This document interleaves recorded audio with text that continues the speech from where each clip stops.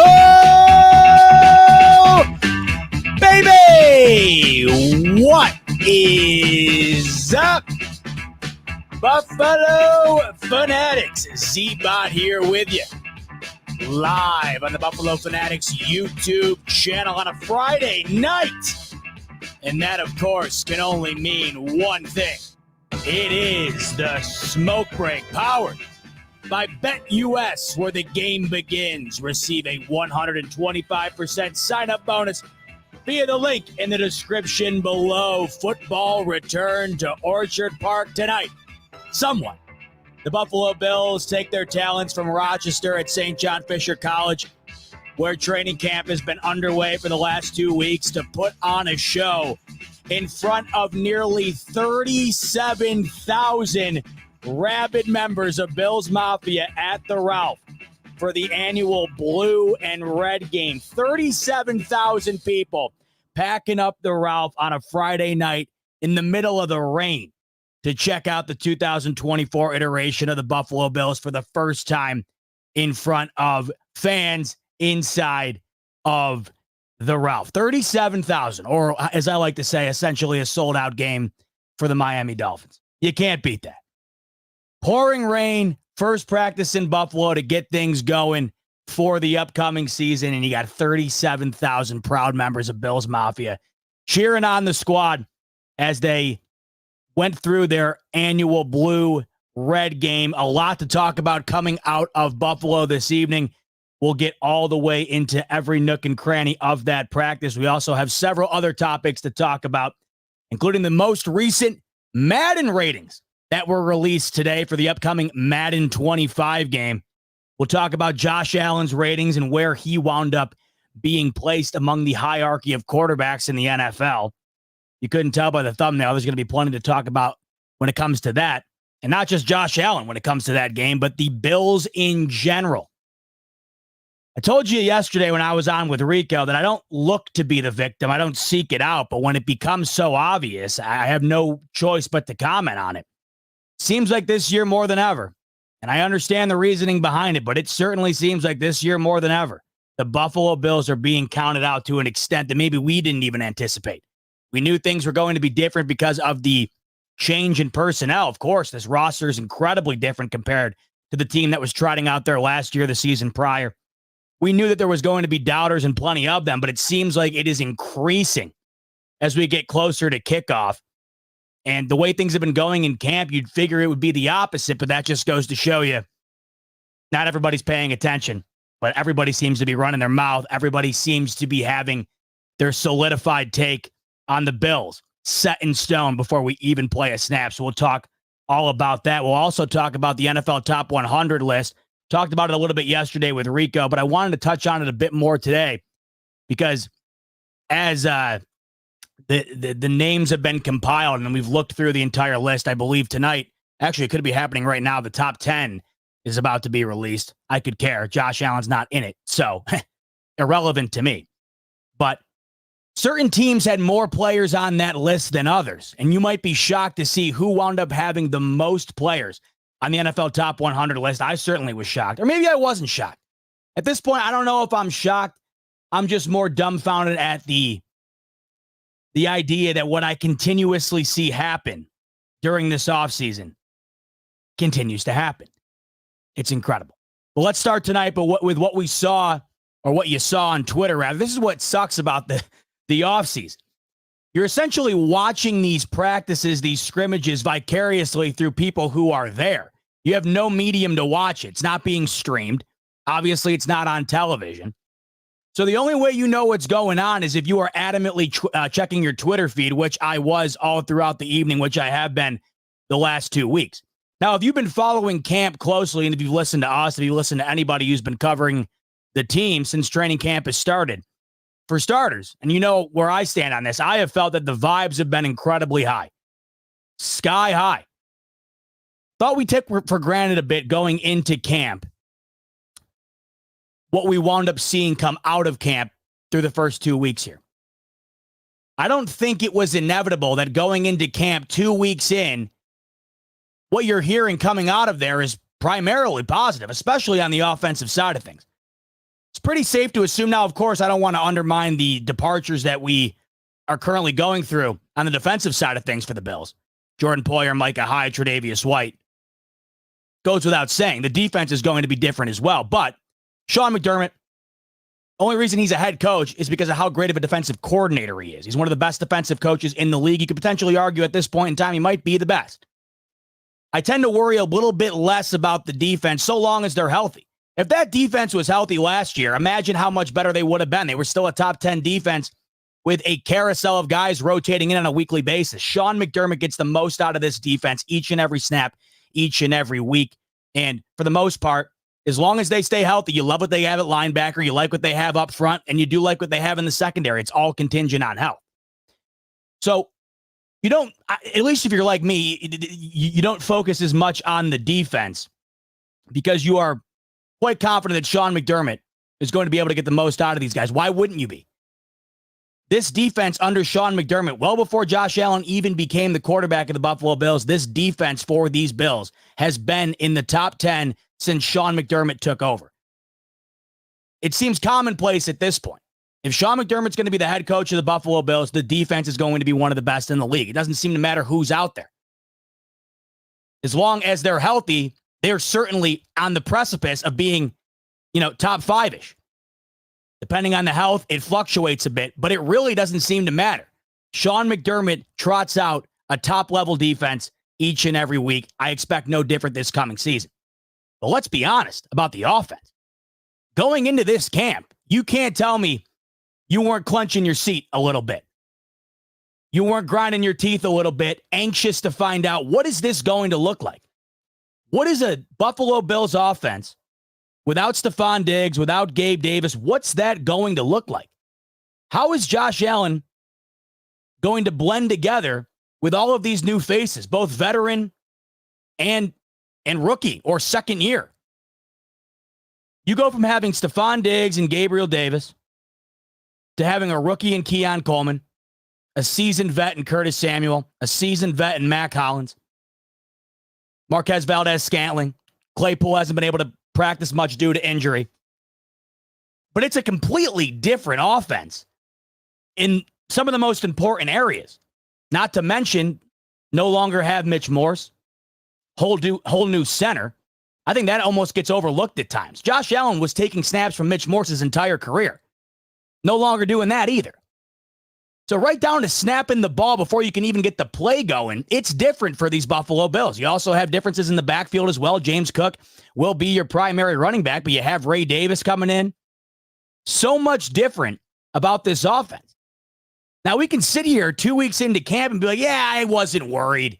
Stephon Diggs, he only had a career. He only had the best years of his career in Buffalo. He was only unarguably a top 10 receiver in the league while he was in Buffalo. Assuredly, took this offense to another level when he became a Buffalo Bill. Easy to sit back and be like, I wasn't worried about replacing him. You're a little less worried because you have Josh Allen. But you can't tell me you weren't a little worried that it might not look the same. We very easily could be sitting here right now, Friday, August 2nd, 2 weeks into camp, and the reports coming out could be, you can tell blatantly that Stephon Diggs is no longer a member of this football team. You can tell blatantly that Josh Allen has a new core around him. You can tell this is going to take some time to come together. You can anticipate the first month or so, maybe longer, of this season not looking all that great until these guys get a semblance of one another, build that camaraderie, be able to try and put together a reflection of what it's been the last couple of years. That very easily could be what we're hearing day in and day out. But that's not what we're hearing. We're hearing Keon Coleman, which we anticipated would be more of a project than anything this year, potentially. We anticipated that he might not be able to come in and solidify that wide receiver one role through the first 2 weeks. You're hearing the opposite. You're hearing Keon Coleman has been absolutely terrific each and every day. It seems he's making a highlight reel play. Him and Josh Allen are clicking. It looks like he could easily come in and take over the primary target share right off the bat. Josh Allen and Curtis Samuel clicking. I understand Curtis Samuel hasn't played with anybody remotely close to Josh Allen in his career. But what we have from Curtis Samuel is a whole lot of, middle of the row type receiver play. That's been going great. You have Mac Hollins. Now, I don't think Mac Hollins is going to be a guy that's going to be producing like crazy week in and week out. But what I didn't anticipate was that he was going to be a guy that came in and immediately be a presence in the locker room, in the huddle, a guy everybody admires, looks up to, wants to be around. That's the thing. When you lose as many captains, and when you lose the amount of veteran presence that the Bills did this offseason, you cannot underestimate how important it might be to have a guy like Mac Hollins that seems to get along with everybody, that seems to be respected amongst his peers instantly. I equate it to going to a new school. I was lucky enough growing up, I never had to. But it can't be easy moving schools, going to a brand new school, and all of a sudden being friends with everybody. You sit down at the lunch table, doesn't matter where you go, everybody likes you. Not an easy thing to accomplish. You know it. Whether it's in school, whether you got a new job, it takes time. Right off the bat, was not anticipating hearing Mac Hollins being a guy that everybody seems to have the utmost respect for. That matters this year. Because a lot of this veteran leadership that the Bills were accustomed to having in the locker room, especially offensively, it's gone. That's a thing. And then you also have to take into consideration the other guys on the outside. Who's going to wind up making it? MVS, we haven't heard much about his production through the first 2 weeks, but it looked like he had a good night, or at least a decent night tonight. He's another one. Khalil Shakir, is he going to be able to take that next step? Dalton Kincaid, which we're relying on maybe more than anybody to take that next step. Can James Cook put together another 1,000-yard year? Can Ray Davis be a complementary piece to James Cook this season? It feels like through the first 2 weeks, all of these questions, which of course are unanswered, and they will not be answered for some time. It won't be answered week 1, week 2. It's going to take some time to truly understand what this new chapter of the Buffalo Bills looks like. 2 weeks into camp, though, could you be happier about what you're hearing? Because it's not what it could have been. In fact, it's the opposite. And I don't even know if it's middling that. I don't even know if it's middling or towing the line between great and positive and negative and terrible. I think it's much more leaning towards the positive and great element of things. You're hearing Josh Allen connecting with Curtis Samuel like they've been playing forever. It's stuff like that I just don't think was a given going into this. And now that we sit back and look at what's kind of unfolded here, and granted, it's 2 weeks and half of it was without pads and it's still practice, and I get all that. But it doesn't change the fact that it could have been a vastly different storyline. I mean, you know how it goes. Go on Twitter. You see anything positive coming out about the New York Giants this offseason? You see anything positive coming out about the LA Chargers this offseason? All I see on Twitter, oh, there's another Daniel Jones. I saw a clip of Daniel Jones yesterday, 2 days ago, throwing an out route to his running back. It was 5 yards behind him. Simple 5-yard throw. Justin Herbert hurt. Wide receivers dropping balls left and right in LA. I mean, it's not all rainbows. You go to the New England Patriots. looking like Drake May, he is nowhere close to being ready to start. So it could be the opposite of what it's been. And I think we really have to not take that for granted. I have been beyond stoked at what we have seen, especially on the offensive side of things. That's why going into tonight, yesterday, when I was on with Rico, if you didn't join us, he asked me, what are you looking for in the blue and red scrimmage that you think we haven't seen thus far? And I said, I'm looking for balance. I want to see more out of this defense. I want to see them have a great night. Obviously, still want to see the offense shine, but it has felt like through the first couple of weeks here, if we're going based on a what's the, I'm blanking on it, but what's the what is it, a seesaw on the playground? If we're going based on that, if we're going based on one of those scientific weights or whatever the hell, I'm clearly my terminology is left the building. But if we're basing it on that, if we're trying to get on a level playing field, it seems like the leveling has been skewed towards the offensive side of things the first couple of weeks. So when you change setting, I mean, you can't underestimate changing setting, being inside of the stadium, being in front of 37,000 fans. I mean, hell, that's no joke. 37,000 fans, that is a shit ton of people. So you can't underestimate how much the juices change, right? The flow, the vibe, it all changes. And I was hoping to see with that change some increase in the defensive production. And we'll start there. It seems like tonight that is exactly what we got. I wanted to see a blend where the offense certainly had their moments, but I wanted the defense to kind of take the reins tonight. Really sounded like it did. Now, there were questions, of course, on the defensive side of the ball that still remain. I would argue that there are far more on the offensive side of things, but defensively, certainly, especially when it comes to the secondary. And maybe above anything, when it comes to Kaiir Elam.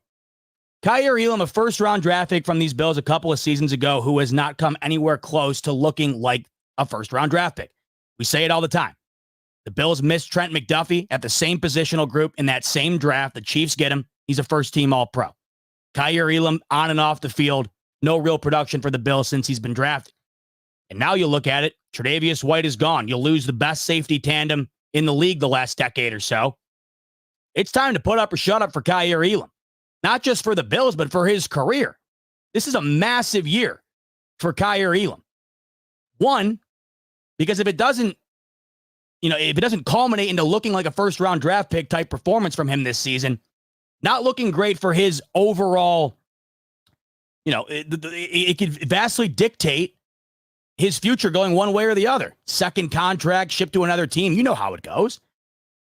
Same thing goes for the Bills themselves. If they don't get that type of production out of them, when you've lost the guys that you have, especially the guys that are veterans,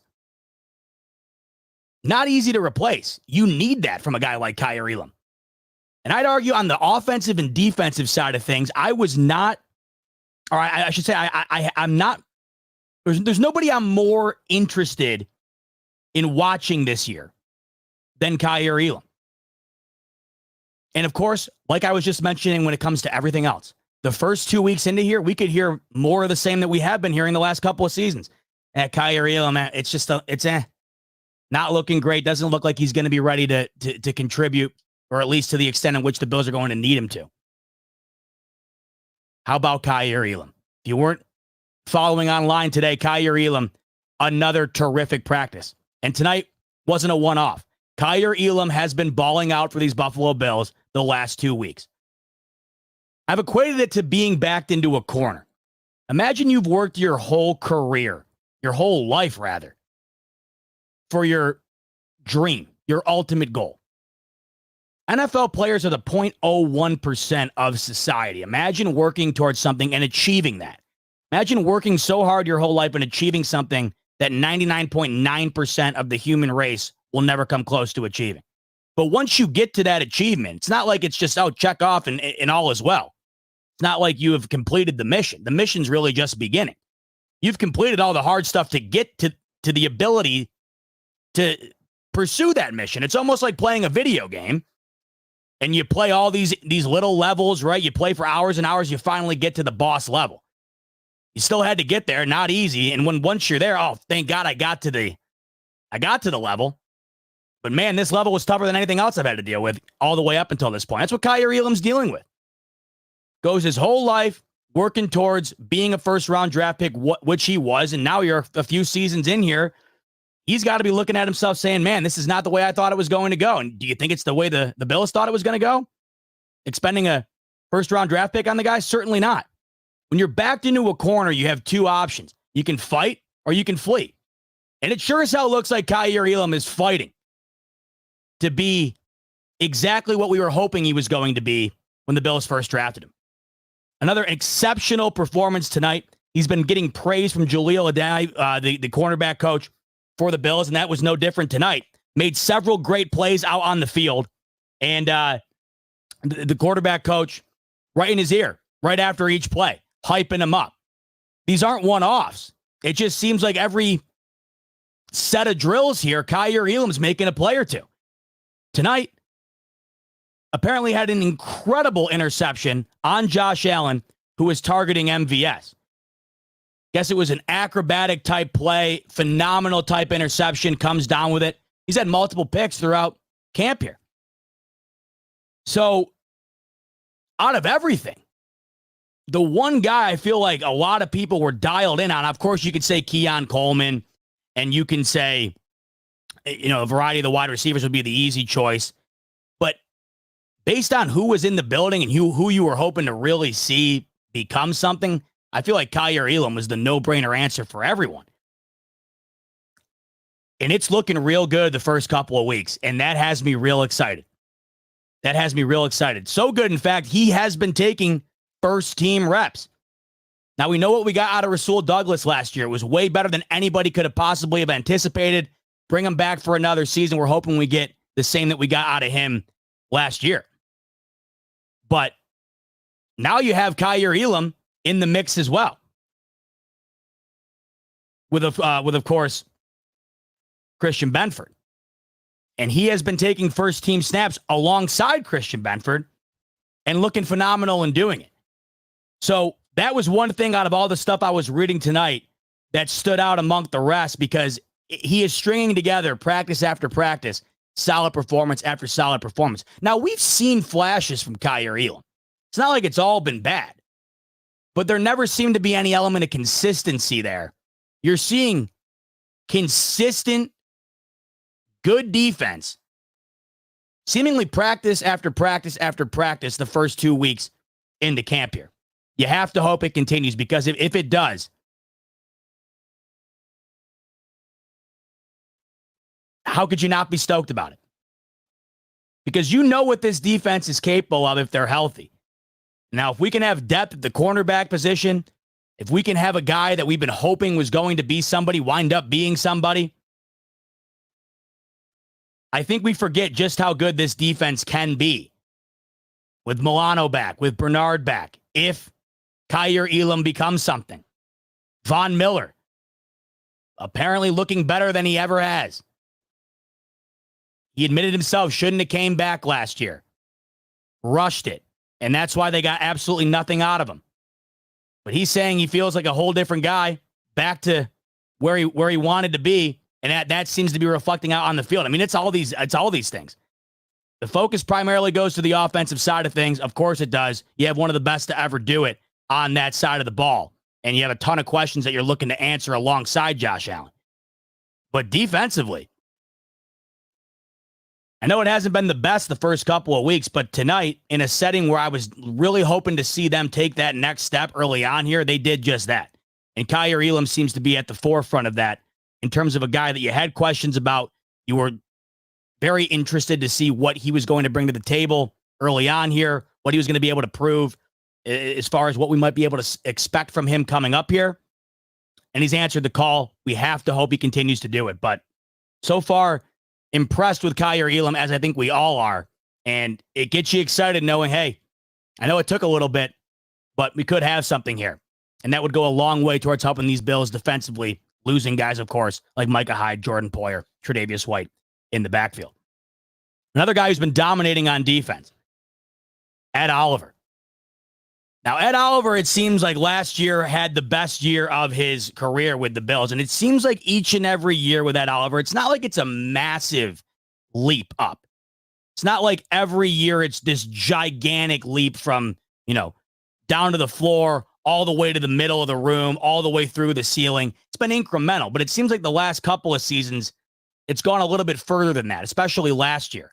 Now this year has his new contract, of course, which I think was earned. And it's certainly necessary for these Bills. We know Brandon Beane, out of all the positional groups on the Buffalo Bills, he is valued nothing more than the defensive lines, where he's allocated his most assets. And Ed Oliver really starting to come together, looking like that guy that Brandon Beane was hoping he was going to inevitably land. Ed Oliver with a sack tonight on Josh Allen, and out of everything you read from all the different reporters who have been at each and every camp, you'd be hard-pressed to find one who hasn't commented that Ed Oliver has had an exceptional camp from beginning to end, including tonight. So that is awfully exciting. Because Ed Oliver very well could be a cornerstone of this team as they transition into this next wave, as they've gotten significantly younger. I mean, it's crazy to think. Let me just double check here. Because it's crazy to think of the guys on this team that forever felt like young guys that all of a sudden aren't. I mean, I still consider, when I think of Josh Allen, I lump him together, right, with Lamar and Baker, and I think of young quarterbacks. They're not. They are veterans. 7th year Josh Allen's going into.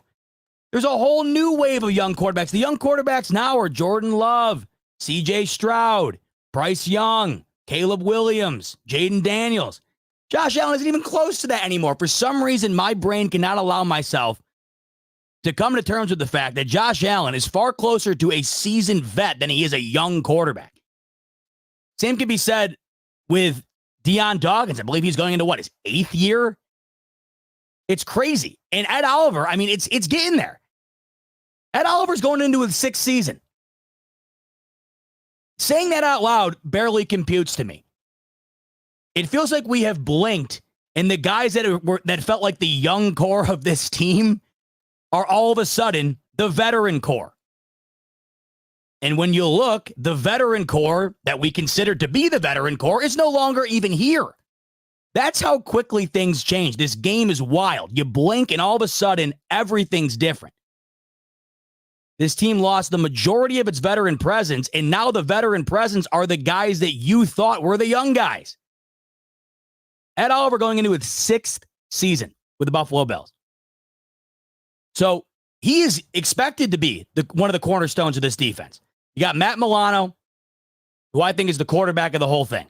And you just cross your fingers and pray to God you get a full 17 games and a postseason out of Matt Milano. I mean, I'd almost give anything.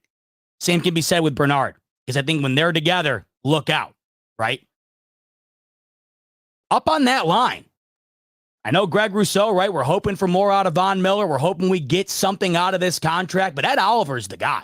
Ed Oliver is the guy we're going to have to rely upon in terms of a solid pass rush for these Buffalo Bills.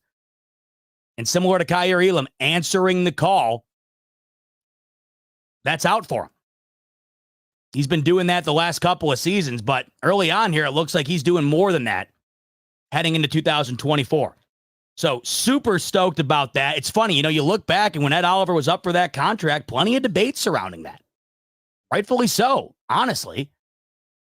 You know how it is nowadays. I mean, there's some guys who prove themselves, to the point where a new contract is an absolute no-brainer. Josh Allen, Patrick Mahomes, Joe Burrow, whatever. Now you're watching the quarterback carousel in terms of contracts, and all of a sudden, Tua, the highest paid player over a 4-year period. Trevor Lawrence, highest paid player in the NFL. List goes on. Tomorrow it'll be somebody else. You have to do it because you really have no other choice.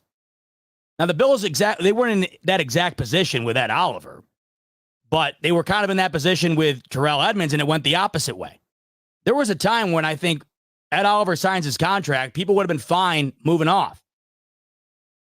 I think we're looking at it right now, and you have to be stoked at the fact that he is a Bill for the long haul here. Looks like he's just getting better and better, and it looks like he's on pace to have another terrific season here in 2024, and the Bills are going to need it.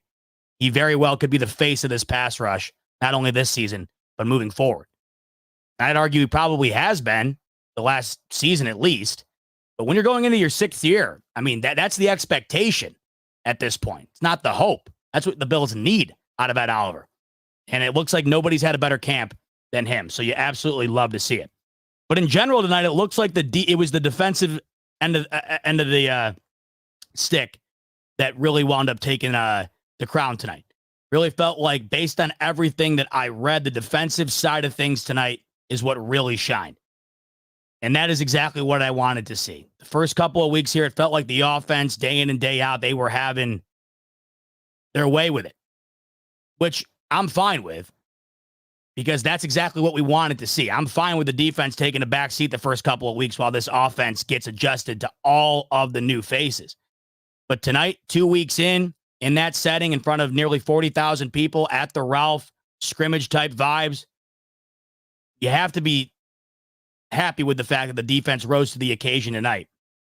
Couple that with what I said earlier, you know what to expect out of a Sean McDermott defense.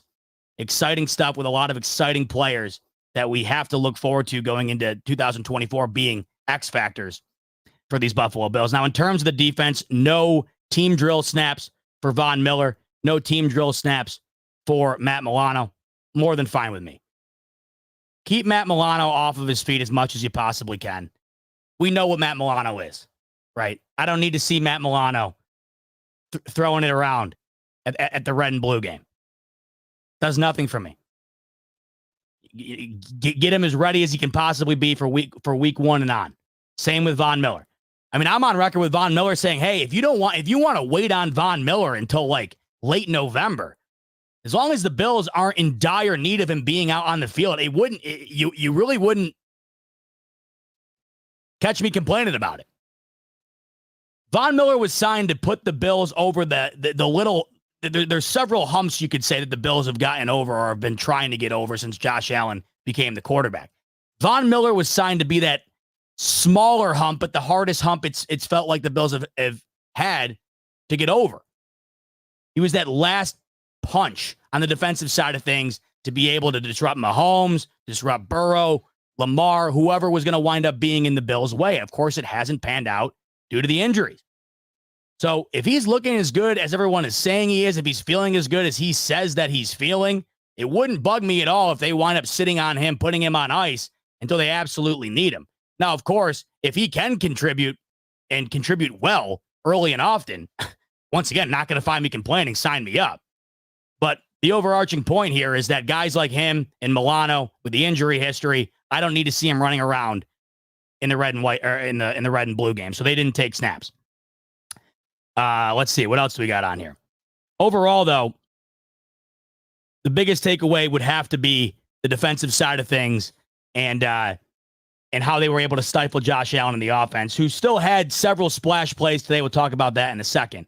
But the defense shined today, and it's exciting stuff. We'll go to special teams real quick, where the Bills did do some iteration of the new kickoff, which is, I'm dying to see the Bills run this. We got to see it in its first real live form, I guess, in the NFL last night in the Hall of Fame game between the Chicago Bears and the Houston Texans. It's going to take some getting used to. Visually, when that game started last night, it just does not look like the NFL. Visually, it is drastically different because, well, it is drastically different. This is as big of a change as the NFL has made to the rules, probably, maybe ever, at least in my lifetime, no question about it. It looks incredibly different. Now, this whole thing is going to be a developing story, I would think, throughout the year as far as how teams are going to approach it, how they're going to defend it, what the strategy is going to be. I have a feeling this is going to evolve week after week. There's no way it's going to look the same from week 1 to week 17. The whole process, to me, is going to evolve dramatically throughout the season once teams figure out how they want to approach it on both sides of things. But last night, you got to see a glimpse of it. And I think all but one of the kicks were returned. And ultimately, there were 2 goals at hand here for the NFL with this new kickoff rule. One, eliminate as many injuries as possible, because in the original kickoff, you have one team running full force at another team, banging into one another. Probably not the best if you're trying to tick down the concussion rate, the overall injury rate. That was the primary reason. The other reason, no one was returning the ball anymore. I think at least 90%, probably more, of kickoffs were touchbacks. I think all but one last night were returned, because if you wind up fielding the ball in that zone, the whatever the hell they're calling it, it's some sort of zone. ESPN last night, they outlined it in green. It's from the 20, I think, to the goal line. The ball lands in there, you have to return it. You don't have a choice. So for the brief period in which we watched it unfold last night, that game wound up getting shut down due to the weather, but we saw, I think, at least 5 or 6 kicks. All but one were returned. And I think that's been, kind of lost in the weeds here. When the NFL kicks off, what is it, September 5th, the Thursday nighter? It'll take some getting used to. And the Bills were practicing that this evening. So it'll be interesting to see who winds up being the guy for the Bills that takes the lion's share of their returns. But you can do a variety of different things here. I mean, you can do reverses. You can have 2 guys back there kind of collaborating on this return. It's just going to be different. And I'm very excited and intrigued going into the season about how it's all going to wind up unfolding. But the primary point I wanted to get to in terms of special teams was Tyler Bass. Now, he has been a topic of conversation ever since we last saw the Bills on the same field in which they practiced tonight. When Tyler Bass missed that field goal against the Kansas City Chiefs, he had been one of the primary talking points leaving that game. I'm not of this mindset, but plenty out there are, that if Tyler Bass would have made that field goal, potentially the outcome of the game would have been different. I don't see it that way. I think that's why it doesn't bother me as much. When I think back on that Chiefs divisional game from a season ago, one of the last things I think about, in all honesty, is the wide right kick from Tyler Bass. I go to the drop ball from Diggs. I go primarily above everything the Chris Jones play where Josh Allen tried to go to Shakir deep into the end zone. He had Stephon Diggs on the crossing pattern. Chris Jones got his arm. That, to me, is where the game was lost. But regardless, the game did end for the Bills on that right foot of Tyler Bass. So going into this year, that's certainly been a topic. Me and Rico have had the conversation on here several times. Where's your confidence at with Tyler Bass? And I said I think it'd be a bit foolish to not have a bit of trepidation in terms of what you're kind of expecting from him going into the year. Last year, based on his numbers, was the worst season of his career. He was in the low 80s in terms of percentage. So that's certainly one of the bigger question marks going into this year. The Buffalo Bills, win or lose, every single week for the most part. Well, I shouldn't say win, because there are some wins where they'll beat the living shit out of you. So cross that off. I misspoke. I mean, there are some wins where they will. I mean, they'll stuff you in a locker, take you out of the locker, give you a what do they call them? A slurry or whatever the hell. What is it? Where you put somebody's head in the toilet. You know what I mean? They'll kick your ass. But they don't get their ass kicked. 40 games. 40 straight games in the regular season where they have not lost by more than 6 points. That is absolutely insane. 40 straight regular season games where the Bills have been within a score if they lose. That is nuts. But what it means is this team plays close ball week in and week out. Like I just said, they will kick the Commanders' asses of the world, the Raiders' asses of the world, the Dolphins' asses of the world. But they'll also keep it close against a Chargers team who, within 1 week, fired their GM, fired their head coach, essentially benched their entire starting lineup, and had a third-string quarterback in there? We all remember that sweat fest trying to get into the playoffs. I forget who the hell the quarterback of the Chargers that night even was. I swear to you, gun to my head right now, you'd have to take me out. I cannot remember. That's how dire of a situation it was for the Chargers at that point in time, and the Bills made it a game. So we know that they have a tendency to make it a game when it shouldn't be. They do it with the Jets all the time, right? No better example last year. than against the New York Giants. I mean, holy shit. So we know that they're susceptible to playing down to their opponent. But regardless, this team, when they lose, it's never by much. 40 regular season games. Longest streak in NFL history without losing a game by more than 6 points. What does that mean? Every element of the game counts. All three phases, not just the offensive side of the ball or the defensive side of the ball, but of course the special teams. Close games very well are due to come down to the leg of the kicker. The example I love to go back to just from last season, if we're looking at that, as a sample size, is the game against the Philadelphia Eagles. It was the only regular season game the Bills lost once Joe Brady took over as the OC. And they shouldn't have lost it. But the Philadelphia Eagles trot out in a monsoon. I mean, it was essentially a hurricane out there. And Jake Elliott walks out there for the Philadelphia Eagles right before time expires and nails a 60-yarder in the whipping rain to send it to overtime. Bills lose. It matters. We know it. Mattered last year. Like I said, it might not be my opinion that the Bills lost that game because of Tyler Bass last year, but it's certainly an opinion of many. And I guess we will never know what the outcome would have been if Tyler Bass did make that kick. We know how much this stuff matters. So that's why, you have to be a little bit nervous. And it came out right off the bat in camp that Tyler Bass, it wasn't looking good. I think it was the first practice. Or maybe this might have been back in mini camp, actually. But one of the first sequences that Tyler Bass had here in the offseason that was visible to the public wasn't good. But over time here, it's sounding like it's gotten progressively better. Tonight, 6 field goal attempts for Tyler Bass, I believe. And he was 5 of 6. He made one from the 20-ish range, the 35-ish range, the 40-ish range, and around the 45-ish range. He did miss one rather badly, apparently, from the 58-yard range. And that's one of those things where I just don't think that's his game. I'm never going to be confident. Like like I just mentioned with Jake Elliott and the Eagles. I'd probably be somewhat confident. I wouldn't say overly confident, but I would like my chances if I had Jake Elliott walking out there kicking the ball for me. I'd like my chances if I had Justin Tucker, if I had Harrison Bucker. I would like my chances. I don't love my chances in that situation with Tyler Bass. I just don't think that's his game.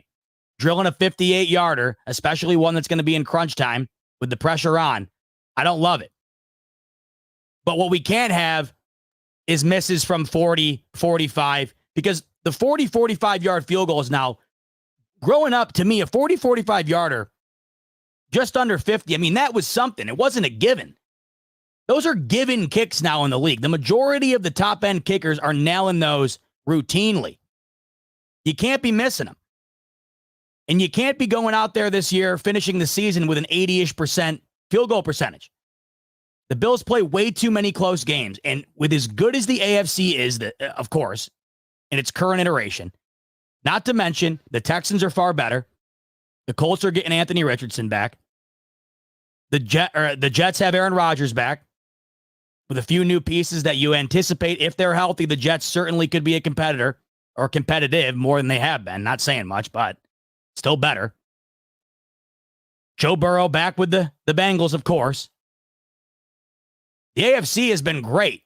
Last year, it took a step back a bit because of the amount of injuries. It's back to where it was, and probably even better this year. Every one of those swing of the legs is going to count. There's going to be at least one team you would imagine at the end of this upcoming year that's going to be on the outside looking into the playoff picture with a damn good record. Probably a team that if they had that same record in the NFC, they would have been a shoo-in to be in the playoffs. That's how good the AFC is. We know this. And when you couple that with the fact that the Bills routinely play tight games, and when they lose, it's almost always tight, very well could come down to Tyler Bass. So I know we have a lot of questions going into the year that we can't wait to see answered. That is certainly one of the biggest. Good to see him go 5 of 6 tonight. Obviously, you're not going to make them all. No one's expecting that. But it's good to see dialed in tonight. And from what we are hearing the last couple of weeks, it was better than whatever the hell we heard about the kicking that he displayed. I think it was in minicamp. And it's better than what we last saw of him, which, of course, was against the Kansas City Chiefs. So that's the defensive and special teams side of things. And like I said, solid outing from the defense, and we hope we see a couple more of those before camp winds up rounding out and we get into the regular season. I still can't believe we're this close. Arizona Cardinals game, September 8th, August 2nd today. I think, let me just double check.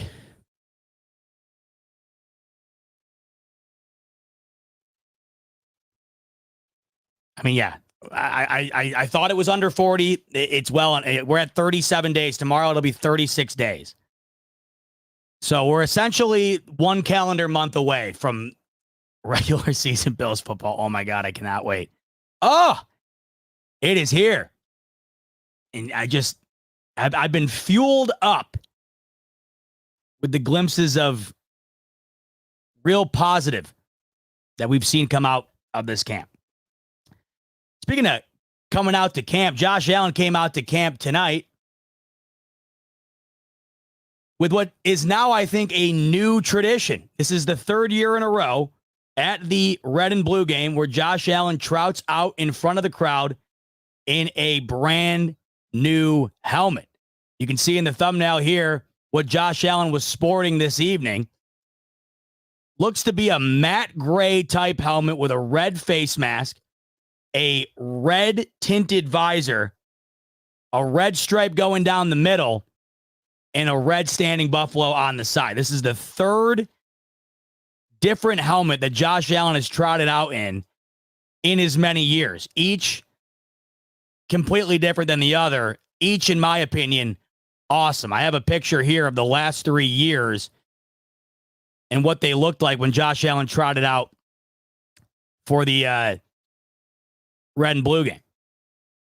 So here it is on your screen. This was the first year of it on your far left. The red helmet with the blue stripe going down, classic Bills logo on the side. Maybe my favorite of the three here. This was last year. The blue helmet with the same classic logo. I think that looks mint. That would look awesome with like an all white uni combo. And then of course tonight's here, that matte gray. If you follow me on Twitter, you've probably seen me posting a lot of this. I posted this meme. I think I'm on my 6th different post of this meme that I've made, probably in the last month. When I see Josh Allen walk out with the cool new helmet on, yeah, it's cool to see. I'm not gonna lie to you, it honestly pisses me off. It's almost like somebody showing you your Christmas presents, and then Christmas morning comes around, you walk down the stairs, walk over to the tree. Where is everything? Cookies are still on the plate. Milk's still filled to the brim. Santa didn't come. It's like showing somebody the gifts just to not give it to them. 3 years in a row, Josh Allen's walked out with a cool new helmet, and that's the end of it. You see it for a brief minute while he's warming up, playing catch with the fans. You never see it again. For the longest time, I was dying to have the NFL lose the old adage that they were they were paired with forever, the no fun league. The NFL was considered the no fun league for the longest time. You couldn't celebrate a touchdown. You couldn't celebrate really anything. You'd get flagged. Limited amount of uniforms. And of course, a limited amount of helmets. For the longest time, you were only allowed to have one helmet. Then they changed the rule. No fun league was starting to get a little bit more fun, right? Everybody can celebrate now. The celebrations are a huge part of the game. In fact, throughout the last couple of weeks of camp here for the Bills, that's been a huge part of their camp. They've been doing like choreographed celebrations every time they score a touchdown in practice. They allowed teams to implement new helmets, which is awesome. You're starting to see teams with all these different color schemes, different uniforms to match them. So they started with allowing teams to have one new helmet, meaning 2 total. Then, just this past season, going into this one, they allowed teams to now have 3 different helmets. Well, guess how many different helmets the Buffalo Bills have going into 2024? You guessed it. One helmet. The same helmet they've been wearing this entire time is the same helmet they're continuing to wear going into 2024 with no variation. And it's starting to piss me off. I know people don't care about this shit. That's fine. And I get it. I mean, at the end of the day, what the hell does it matter? But the NFL is a very visual-driven sport. It's a spectacle. That's why we love it so much. Every team plays once a week, and every game is an event. It's pageantry. There's a reason why all these other sports cannot replicate what the NFL does. Because every single game matters just as much as the next one. And so when you elevate that individual game, and you only get 17 of them, right? When you elevate that game with a cool new uniform combo, a throwback. For instance, when the Bills go and take on the Jets this season on Monday Night Football in Week 6, the Jets are going to wear an all-white uni with a new all-white helmet. It's awesome. The NFL went from allowing one additional helmet to now allowing two, meaning you can have three total. The Bills have one. The Bills are now one of only 9 teams in the entire league to not have a new helmet. I know it doesn't matter to everyone. It kind of pisses me off. It's fun. Imagine the Chiefs are coming to town, right before the bye week in mid-November, and the Bills are going to be rocking the red helmet or a different helmet. I don't know, one of the ones I just showed you that Josh Allen had on, a blue one, a gray one.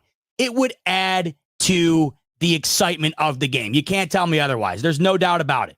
You see it all the time. When the Eagles wear the Kelly green, oh my God, can't wait to watch that game. And guess what? They wore them against the Bills last year.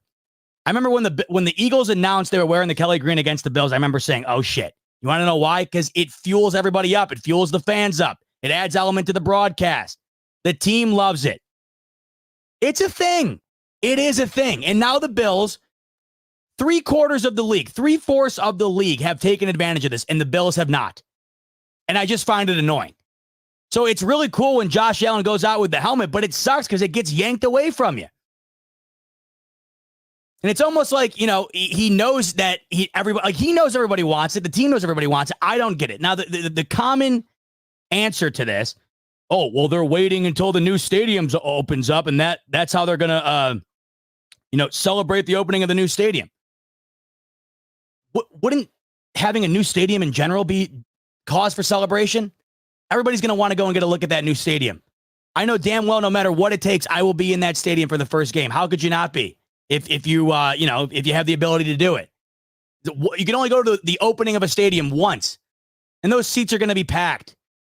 Brand new stadium, right? Wouldn't you want to commemorate the final years of the Ralph here, or maybe sell more tickets here with the old stadium? I don't know. The idea of waiting to me, what's the benefit of it? I don't get it. And even teams that haven't taken advantage of it, for instance, like the Jacksonville Jaguars, they don't have a new helmet, but they announced a new throwback uniform this year with their old school logo on it. The Bills have done nothing. I don't get it. You have some of the most primetime games in the entire league. You have one of the best players in the entire league. You have the spotlight on you at all times. It just feels like it would be a no-brainer to do it. All the fans want it. I know all of us fans argue over which one you want. You want the red helmet, the blue helmet, whatever. I feel like everybody wants something, and they're giving us nothing. I don't get it. I mean, nobody in the league hates money. It's a money-driven league, and they've never made more of it. You don't think if they came out with a new, a different jersey, a throwback jersey with a different helmet, that the sales of that jersey and the sales of those mini helmets wouldn't be sky high? I know damn well I'd buy one. Sure, plenty of you would too. So that just, I've talked about it on here a few times, but that always opens up the gate for me to get into it, because I've watched over the last several months here other teams that were in the same boat as the Bills who didn't have another helmet announce them. I mean, even teams like, we're talking OG start of the league teams like the Packers, who you'd never think would change anything up. They just announced one a couple of days ago, an all white helmet. Everybody's doing it, even the damn Packers.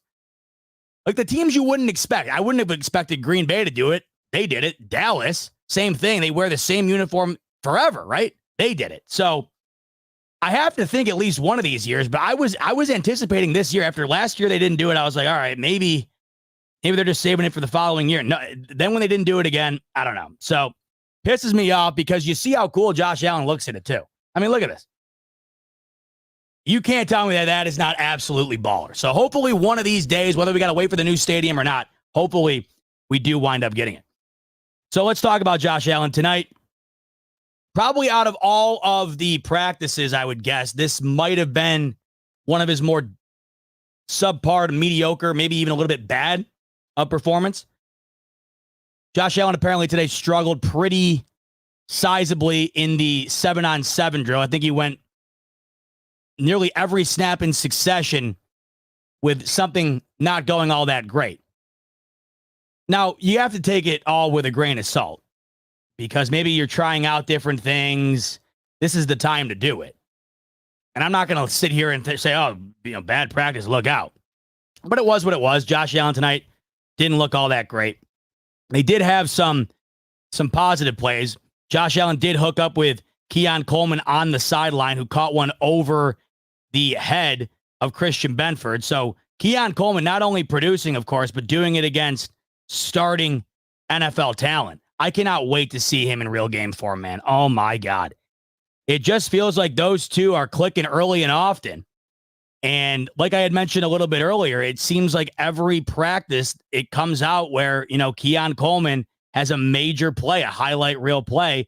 Not sure this was exactly highlight reel material. It wasn't phrased that way, but from what I read online, a great catch nonetheless over Christian Benford. One of the struggles today was drops from Curtis Samuel.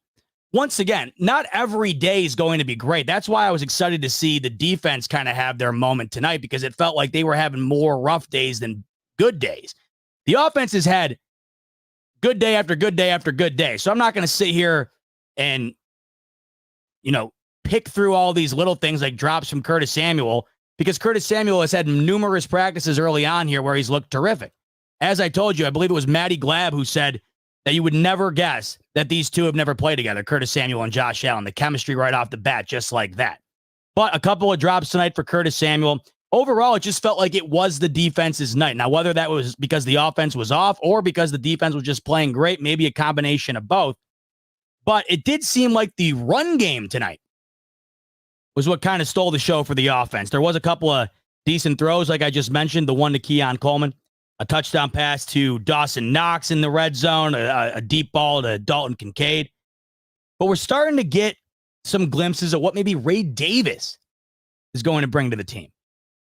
And Ray Davis probably had the best offensive play of the day for the Bills, a 60-yard run backed up on their own 5-yard line, right up the gut, pierces the middle, takes it for nearly 60 yards, but forced fumble at the end of it. Apparently, Ray Davis has had a bit of the fumble bug early on in his rookie campaign here during training camp. Now, look, everyone's going to have their welcome to the league moment. I'm sure getting hit by an NFL guy is going to take some adjusting to compared to getting hit by the collegiate fellas, right? I get it. Because all you're doing as a running back is taking hit after hit after hit. That's all it is. No matter what, unless you go to the house, unless you take the ball off the snap and go straight to the house, every snap you're going to get lit up as a running back. But the reason I'm kind of like, oh man, I hope this goes away is because you remember who else had a bit of a fumble problem in his rookie year and kind of how that went over.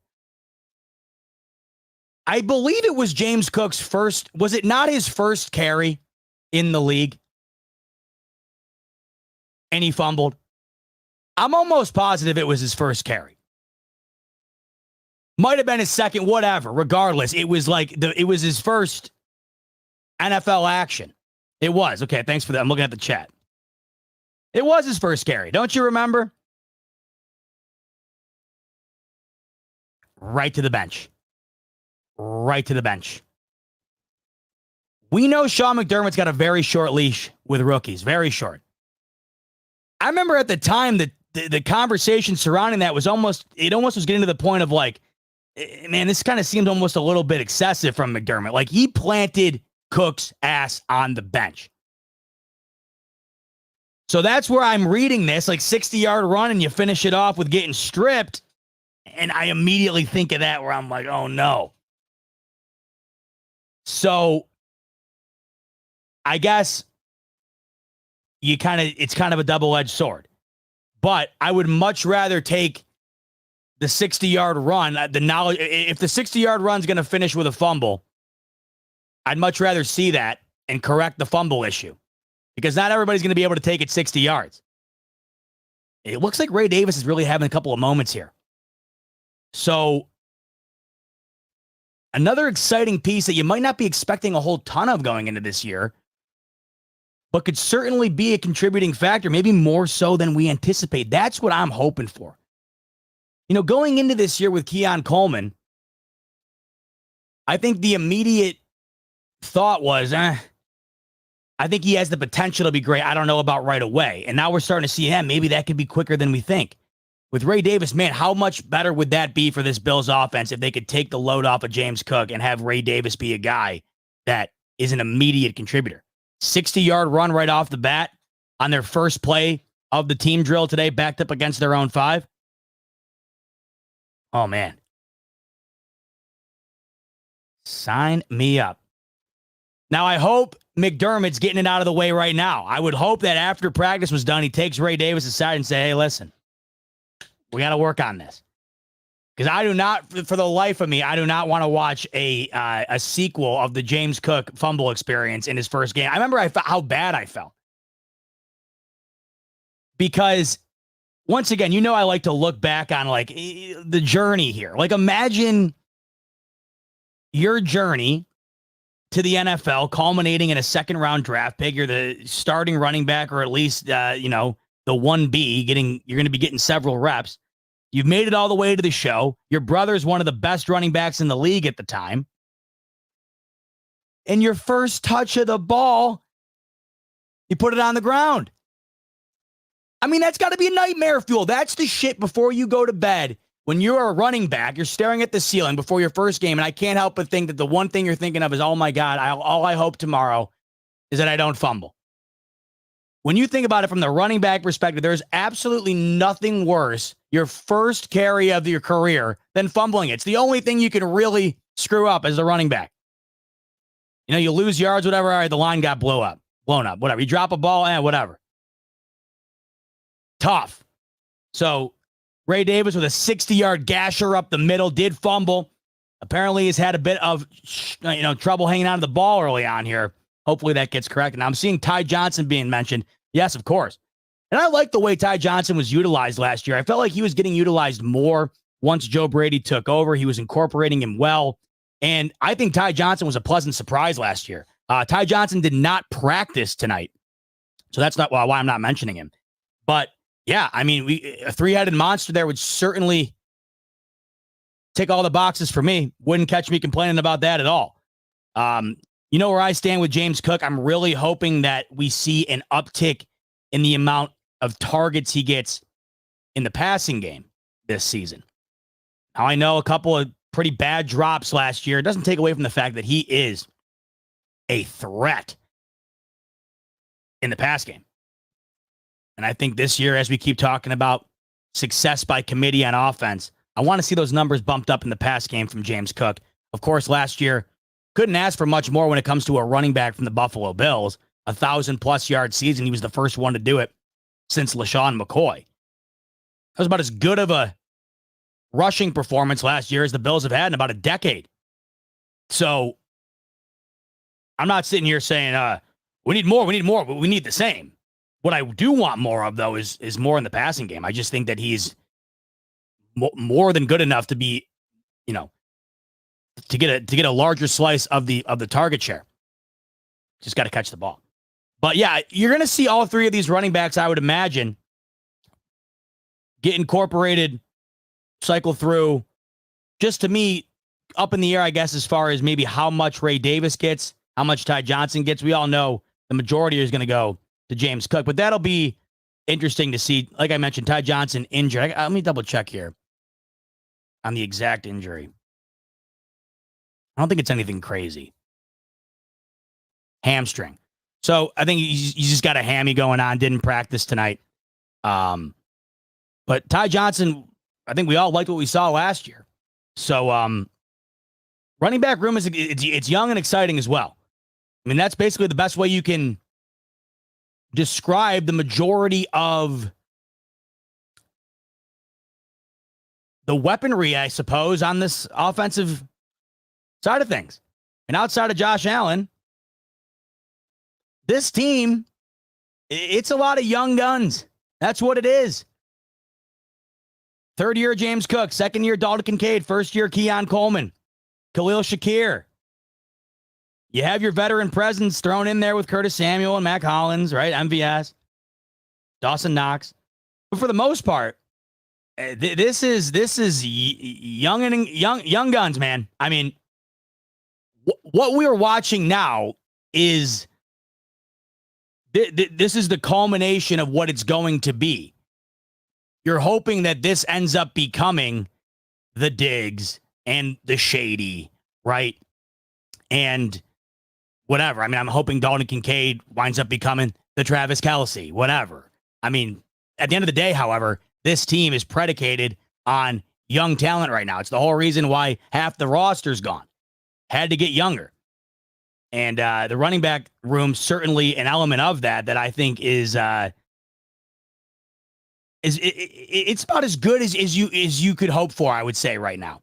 I mean, last year, as long as the Bills get similar production out of the offensive line this year that they got last year, there's no reason I would say to be concerned about this running back room. If anything, you have to be excited about what more there is to come. James Cook took a massive leap last year. That wasn't just a small leap from year 1 to year 2. That was a major hurdle. And I really feel like it was a quiet year in terms of how he was recognized for it. I don't even think we in the fan base talk about it maybe as much as we should. I mean, when you get down to it, that was, I don't want to say historic in the sense of, open up the history books and find Thurman Thomas and find Fred Jackson, whatever, and then throw James Cook in there. But historic in the sense of these Bills haven't been able to get shit going on the ground outside of Josh Allen since LaShawn McCoy left. I mean, last year they single-handedly beat the living shit out of the Cowboys almost into submission by doing nothing but running the ball. It's a whole different team with Joe Brady, it feels like. And the running game is going to be a major part of that. And that's where I want to transition to talking about the run game from probably the best rusher the Bills have had since LaShawn McCoy. Now we're hoping James Cook takes over that and becomes that without question. But I think we know that since LaShawn McCoy has left, the best rusher on this team has been the same guy who's also the best thrower. And that's Josh Allen. Josh Allen sat down the other day with Kay Adams at camp talking about a variety of different things. Kay Adams was at St. John Fisher, sat down with Dalton Kincaid, Deion Dawkins, Josh Allen, of course. Talked about a variety of different things. And the one thing that did wind up coming up is the run game. Now, Josh Allen is not Josh Allen if it isn't for what he brings in the run game. We don't look at Josh Allen the way we currently look at Josh Allen if it's not for what he brings with his legs. You could argue that right now, you might be watching one of the best dual threats the position's ever seen.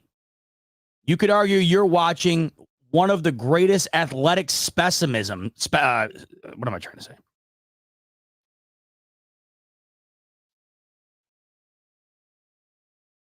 You're essentially watching a mutant. Like I like to refer to all these guys under Brandon Beane.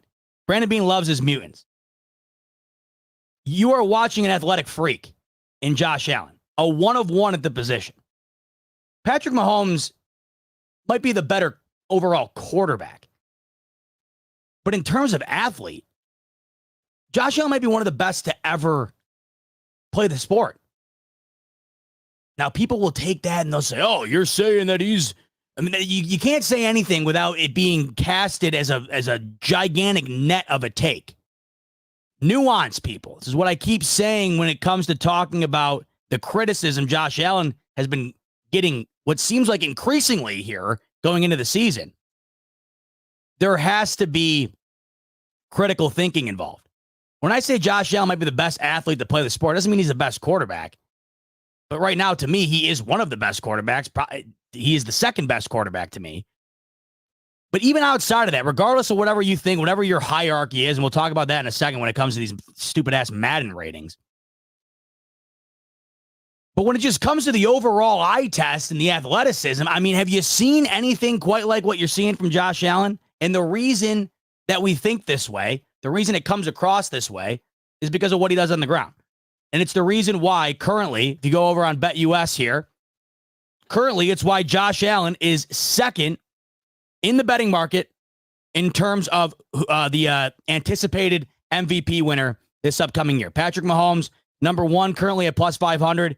Josh Allen, plus 800. And by the way, just a quick mention that down in the comments section, link in the description and in the comments section to BetUS with 125% sign up bonus up to $2,000. You can click on that link and take advantage of that promo and get in on this because Josh Allen's still sitting at plus 800. I know it's still, second from the top here, but plus 800 to me is still good value. And I think at some point, Josh Allen has got to wind up grabbing one of these, and it's because of what we're about to talk about. But the reason he is in the running, like you see right here on your screen, the reason he's considered the second overall favorite to win the MVP, of course, it has a lot to do with what he does through the air. But it's right up there in terms of how much it also has to do with what he does on the ground. That's what makes him an MVP caliber player. That's what makes him somebody that you'd want to go over to BetUS right now and say, hey, you know what? I think the guy could win it. Throw a couple bucks on it. As I mentioned, once again, 125% sign-up bonus in the link in the description below. I'm going to tell you more about this run game element that he talked about with Kay Adams and why I feel like even though he might feel one way, it has to be another way, unfortunately, if the Bills want to continue to succeed the way that they have been succeeding with Josh Allen at the helm. Quick word from BetUS. Once I find of course I lose my stuff here all the time. There it is. Quick word from Michael Vick. You want to talk about dual threats? How about that? Right on the topic of conversation. One of the other greatest dual threats we've ever seen. Michael Vick, quick word from BetUS. Michael Vick here at BetUS.com. Get it all. Huge bonuses, great odds, a race book, live in-game betting, and a casino. BetUS, my online sports book and casino. What are the odds of that? We're talking about dual threat quarterbacks. Throw up the offerings from BetUS, and there's Michael Vick, one of the other greatest to ever do it. So as I was mentioning, Josh Allen, he's on with Kay Adams. I believe it was just yesterday. And they're talking about the run game. And Josh Allen, I don't know if he's ever put it this bluntly. I mean, they've discussed how much he runs the ball before, and it's been noted by both Bean and McDermott that they wanted to scale down on it, obviously. The only reason they want to do that is for the ultimate reason why you want to do anything when it comes to your players, to protect them for the long haul. Because everybody knows if Josh Allen goes down, so do the Buffalo Bills. You want the most out of Josh Allen on every snap, but you also do want to be smart about it so that you can get the most out of him on every snap because he's available for every snap. You want to talk about things we've taken for granted. Josh Allen's been the healthiest quarterback in the league since he's entered it. He's also been playing the position in the most dangerous fashion since he's entered it as well. It's pretty much an oxymoron the way Josh Allen plays football. Since he's entered the league, he's been the healthiest quarterback. But since he's also entered the league, he has been the most dangerous quarterback in terms of the way he plays and throws his body around. But because of that type of play, he has become the second best quarterback in the NFL. And because of that type of play, the Buffalo Bills have succeeded tremendously. We saw last season an emphasis early on to scale back pretty sizably on the amount of carries that Josh Allen takes. As I just mentioned, this is something that we were anticipating. And you know what? It was something that I was willing to sign up for. It was an emphasis from both Bean and McDermott around this time last year going into the 2023 season. We do not want Josh Allen running as much as he has been. So to kick the year off, under Ken Dorsey, Josh Allen hardly ran the ball. Show you this graphic that was shown today earlier on First Things First with Nick Wright and the gang. By the way, Nick Wright said when they were talking about this, Nick Wright said it's the portion of Josh Allen's game that scares him the most as a Chiefs fan. And that's Josh Allen's ability to run. I'll show you this portion of it first. Look here on the left-hand side of this graphic. Allen's design runs / sneaks from last year, including the playoffs. Here's the first 10 games, all 10 in which were coached by Ken Dorsey. 21 rushes in the first 10 games. That's it. 21 designed rushes, or average it down, about 2 a game. 12 first downs, 4 touchdowns. I mean, that's nothing crazy. You look at those numbers, and you would never believe that, oh, that's easily one of the best dual threats to ever do it. That doesn't scream that. That screams, all right, guy can run, but nothing special, nothing crazy. Look at the right-hand side. Ken Dorsey fired after the 10th game. Joe Brady takes over. And everything either doubles or damn near triples. Last 9 games. So mind you, we're also factoring in a whole less game. 48 rushes in the final 9 games. 31 first downs. Nearly triple the amount he had in the first 10 games. 9 touchdowns, more than double he had in the first 10 games. So he more than doubled the rush attempts. He nearly tripled the amount of first downs that came from those rush attempts. And he more than doubled the amount of points he put up on the board.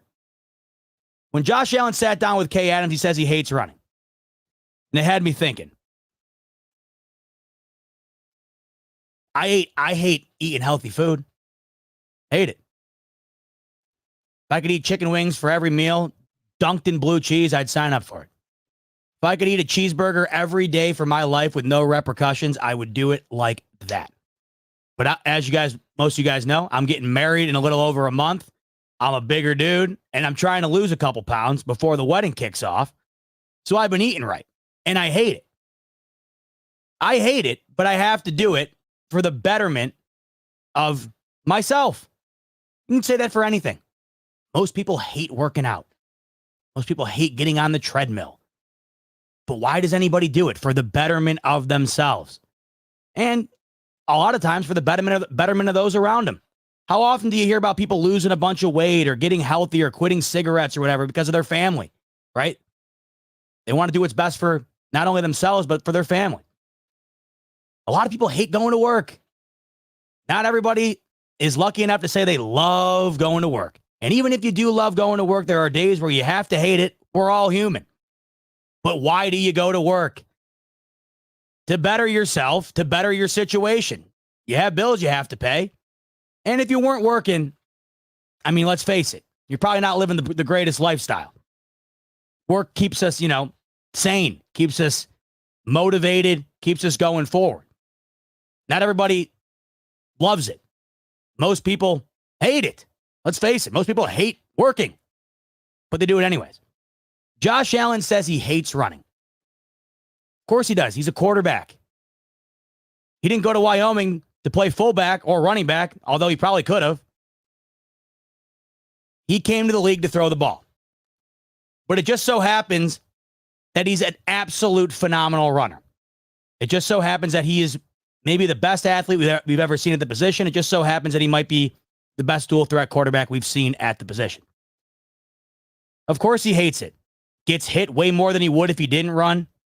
And let's just be honest. He said to Kay Adams, he goes, I hate running sprints. I hate that. Who doesn't? We all know those people who say they love running, they get the runner's high, whatever. I get it. People run marathons and stuff. There are people who love it. You line up 100 people, 90 people will tell you, I hate running. I hate it, right? So even though he's a world-class athlete, doesn't mean he loves running. And he told her flat out, he hates it. I think a lot of us, including myself, hate watching him run until the play is over. It's kind of a dual-edged sword, if you will. Double-edged sword. Because you love watching him run, because he's one of the best in the league in doing it. I go back to the play he made against the Steelers in the wild card last year. Who else could you imagine taking the ball to the house from like the 50-yard line with that body type? What is it, 6'3", 270 or whatever the hell he is? I don't know. Massive. Not like Kyler Murray or Lamar Jackson with the body type built to fly up and down the field. Josh Allen, it's not like that. It's not speed-based.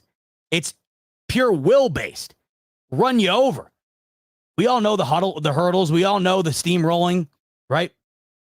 The hit stick that he delivers on the offensive side of things. Usually when you're playing Madden, the hit stick's delivered on the defense, not when you're playing Josh Allen. Of course, he hates it.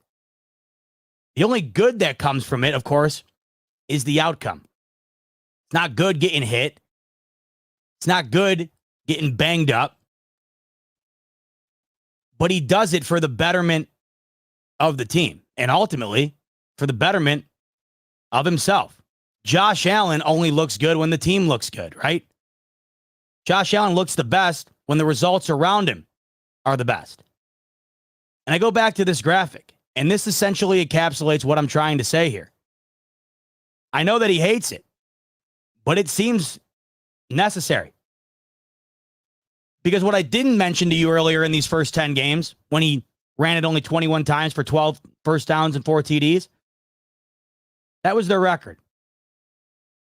Bills were 5-5 through the first 10 games, with Josh Allen's rushing statistics being what they are there on your screen. And if there's one thing you've heard me talk about when it comes to Joe Brady taking over, it was the implementation of doing what worked. He brought back common sense when it didn't seem so common in Buffalo anymore. What does common sense tell you?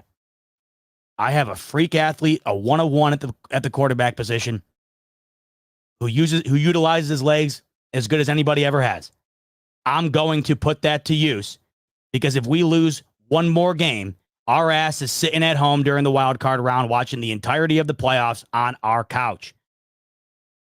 It's no secret why the numbers here under Joe Brady more than doubled in every single category. It's also no secret that resulted in a 7-2 record with a 6-game win streak spliced within that record. Once again, it's a double-edged sword. You don't want him to get hurt. You don't want him to be exposed to excess hits. You don't want to shorten the career. But at the end of the day, these Buffalo Bills are a better team when Josh Allen is utilizing his legs. I understand this is a small sample size, but it's a damning sample size nonetheless. Joe Brady came in back against the wall. We can't lose a single other game here, folks. And like I've mentioned since he took over, common sense is what he brought to the Bills, and it prevailed. And common sense told Joe Brady, use what I have. And what I have is one of the best in the game at running the ball at the quarterback position. Doubled the rushes, doubled the first downs, doubled the TDs, and the results spoke for themselves. 7-2. I was in the camp of, listen, you got to pretty much keep the training wheels on them. You have to. Going into this season, do you think the Bills are going to benefit at all from putting the training wheels on Josh Allen in the run game with as new of a roster as they have offensively? If anything, unfortunately, you'd almost have to argue that you'd want to see more of it this year. And I can't help but think, with Joe Brady, looking at those numbers once again, who came in with just a 9-game sample size and did what you see here on your screen, do you think that he's just going to all of a sudden go away from that this coming year? If anything, he's going to build on it. I do not anticipate that through the first 9 games of this coming season that the numbers look identical or near to it of the first 9 or 10 games of last seaon. Of course, Josh Allen hates it, and a lot of us hate it too, because we know every hit he takes ups the chances of something bad happening. But man, we also love it because we know every time he takes off, one, it's a sight to see, and two, the vast majority of the time, it results in a lot of good. It results in a lot of holy shit. Did you see what 17 just did? It's really tough. It's almost like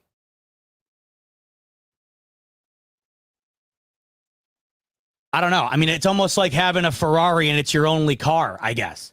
You own a Ferrari, one of the best cars in existence, but you live in Buffalo and it's the only car you own. You don't want to take the Ferrari out when it's snowing in Orchard Park in November. But at the same time, do I not want a Ferrari?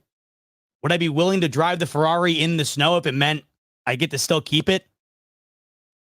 I'm keeping the Ferrari. I'll deal with the ice on the road. I'll deal with the snow in the windshield. It's the problem that comes with having an exceptionally great situation. The overall point here is I don't think the Bills can survive by scaling Josh Allen's ability back. Folks, the only reason the Buffalo Bills even had the opportunity to lose to the Kansas City Chiefs in the divisional round this past year is because of this right here. There's no other way to put it. I'm of full belief if things continue to go the way that they did the first 10 games under Ken Dorsey, I'm of the firm belief that the Bills might not have even been in the playoffs. I know how soon we forget. The Bills were an eyelash away from not even being in the dance. Forget winning the AFC East in an improbable fashion for the fourth consecutive year. Forget playing the Chiefs at home in the divisional, being a score away from moving on to the AFC Championship. Forget all of it. I don't think any of that is even in existence if not for Josh Allen and what he brings on the ground in conjunction with what he brings through the air.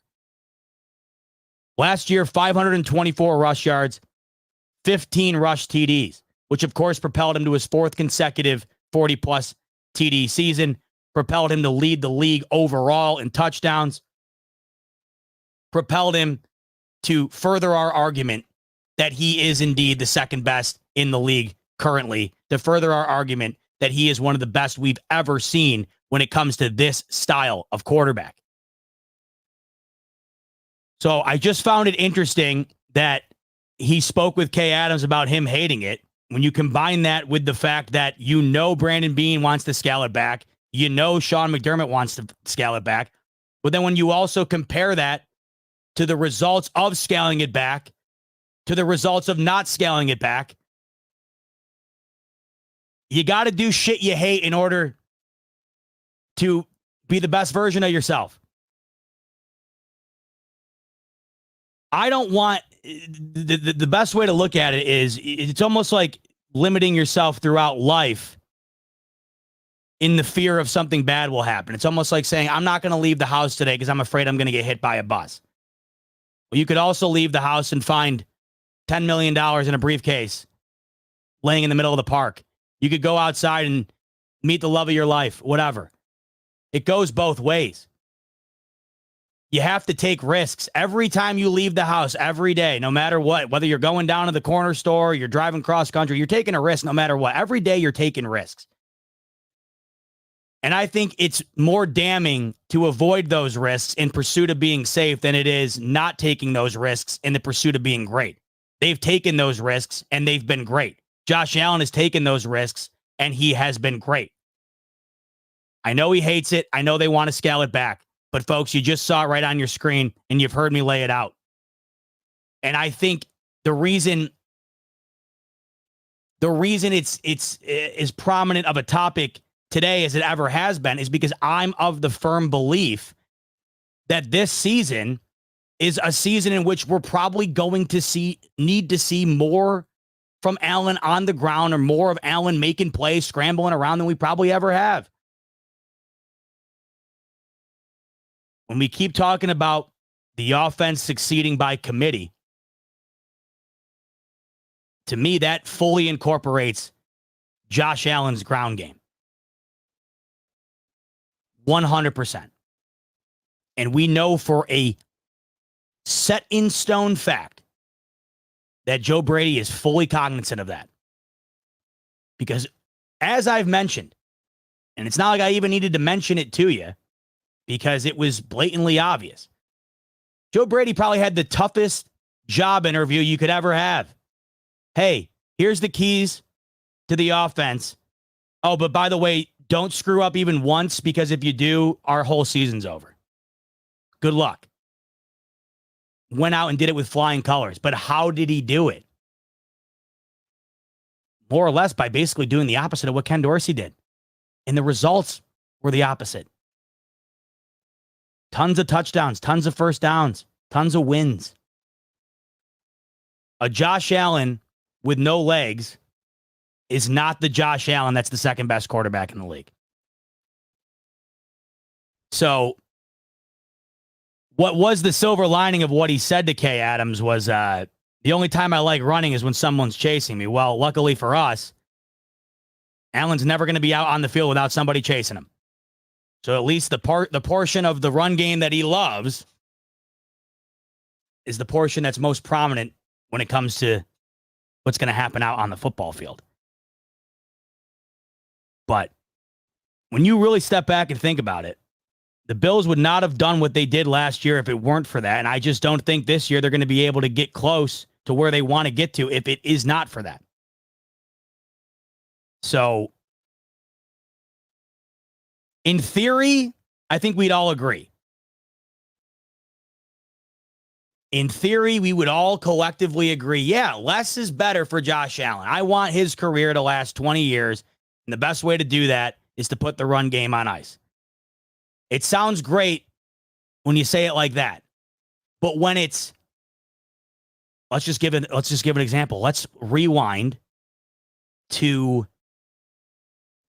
Bills Cowboys in Arlington on Thanksgiving Day, whatever it was, 4 years ago.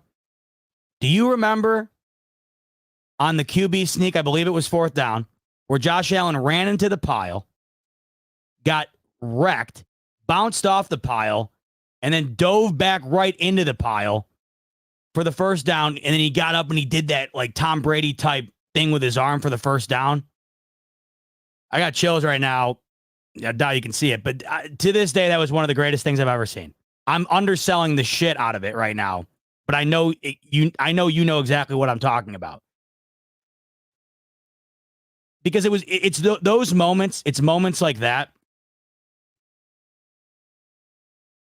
where you do realize that saying he's one of the best dual threat quarterbacks ever, saying he might be the best athlete at the position ever, that's when you realize it's not hyperbole. No one else is doing that. And when you take that away, not only is he different, but the team is different, and not in a good way. So all you can hope for is that he continues to play the game that he's played up until now that's made him a great, and that he continues to stay healthy. I'll say this, and knock on wood, the health has been remarkable. Now, if we're sitting here, and I'm not talking about anything catastrophic, but you're probably going to hear me sing a different tune if Josh Allen has to miss even 1 or 2 weeks. Like if Josh Allen runs it and blows something in his leg or whatever, or his shoulder because of the running, and he has to miss a couple weeks, then you're going to hear me sitting here and saying, okay, the health is now a legitimate concern. Therefore, we don't have the luxury of utilizing one of his best assets. Right now, the Bills do have that luxury. He is not given any sign of injury issue. Like I mentioned, nobody has been healthier than Allen since he's entered the league. He is an anomaly. He hasn't given anybody a reason to be concerned about it. The only reason we are concerned about it is because we're, clenching our ass cheeks, anticipating, oh my God, this could be the moment. And it isn't. And knock on wood, you just got to hope the moment doesn't come. None of these guys play with fear. Everybody in the league tells you if you play scared out there, that's when you're going to get hurt. The last person on earth who plays scared is Josh Allen.